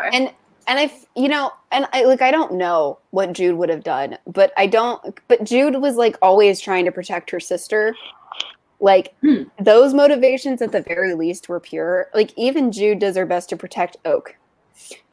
So like there are moments where Jude kind of like is doing her best, at least with her family, with her siblings. Yeah. So had she been like, this is what's up, Jude would have stopped, man. Like, you don't have the right. Fuck off. Fuck off, Taryn. Fuck off. Yeah. But you know, Taryn was just like, by the way, I'm just going to throw Jude under the bus right now. Just to be spiteful, because I guess like, how dare she be upset with me for fucking her boyfriend behind her back. Anyway, to wrap this up, what happens next is like now Jude has to. We find out. Well, Vivi is like, hey, you and me should just run off to the mortal world together, and she's like, soon. Got it. Fine. Fair. We'll do it soon. But I got to settle some shit first. Then she finds out that Oak isn't related to their family, not Maddox's kid. He's Dane's kid, because Dane was also banging Locke's mum, and so he's Locke's half brother as well. Yes. So the big plan is to put Oak on the throne. Yeah, but then she's trying to work out how that would work, because she also wants, because she flashes back to the slapping thing, and she's like, you can't give a kid power, especially a fake kid. He needs to chill a bit. So she's like, okay, Viv can take him to the human world for 7 years or whatever till he grows up. But what about in the meantime? And then she commits it, like, she gets all the spies on her side and everything, and ultimately what happens is she ends up convincing Carden to bind himself to her for a year and a day. Yep. So he has to do what he's told by her for a year and a day. So they end up going to a party at Prince Baelkin's house, and Yes. Carter's there, and they're like, "Oh, excellent, coronation time." And he's like, "Not right now, brother. Farewell." And then he toddles off, and then explosions happen and stuff happens, and then they like shoot Baelkin's hand to a table so he can't move, and then Yep. they get Oak to put the crown on Carden's head. Carden's head. Carden's So head. he's going to be the place warmer for Oak while Oak goes to the human world for 7 years. Yep. And so we're left in a position where Carden is king, but Jude is controlling him. Maddox is pissed. Yep. Yeah, she poisons Maddox. Because Also. Maddox's goal was to actually get Carden to crown Oak, and then he would serve as regent, and then he would control Yes. all of Fairyland. And she's like, well, that can't happen either. Fuck Maddox. Yep.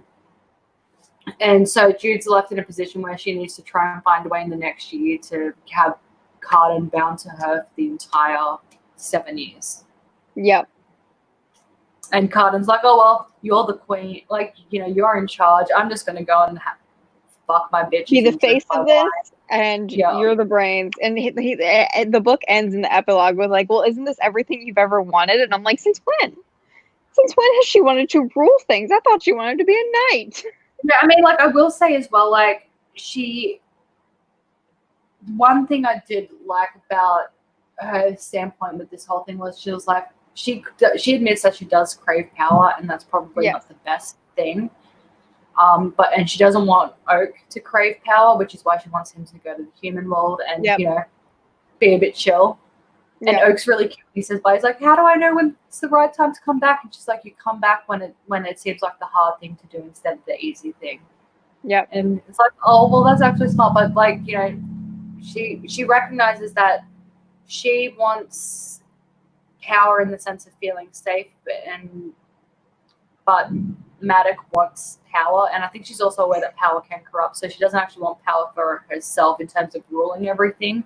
She just wants to influence Oak to like mortals and then have him rule. Yep. And she's like, so I need power. I need to be in charge of everything for now. So I don't know what happens in the next one. I don't know if Yeah. the power's going to corrupt her or what's going to happen, or if Carden's going to fucking break free. Or But it's apparently worse. well, the next one's called The Wicked King, which I'm guessing is Oh, also good. The and Wicked King and the Queen of Nothing. Wow, these so are that subtle. implies that it's going to go to hell because Yeah. her spy name is the Queen. Yes, her spy name is the queen at the end of it, and that's why I was Yeah, like, why? No, it's Yes, I'm assuming shit's going to hit the fan in the next book. Her plan's going to no, I noped out of the next book because I was really annoyed. Cool. That's what we So- have to look forward to. So that's where this ends. Next week, we are finishing off Bloodlines with the Ruby Circle. Then the week after that, there is a novella. So we're going to do The Lost Sisters and The Wicked King in the same week. There are going to be 2 book clubs.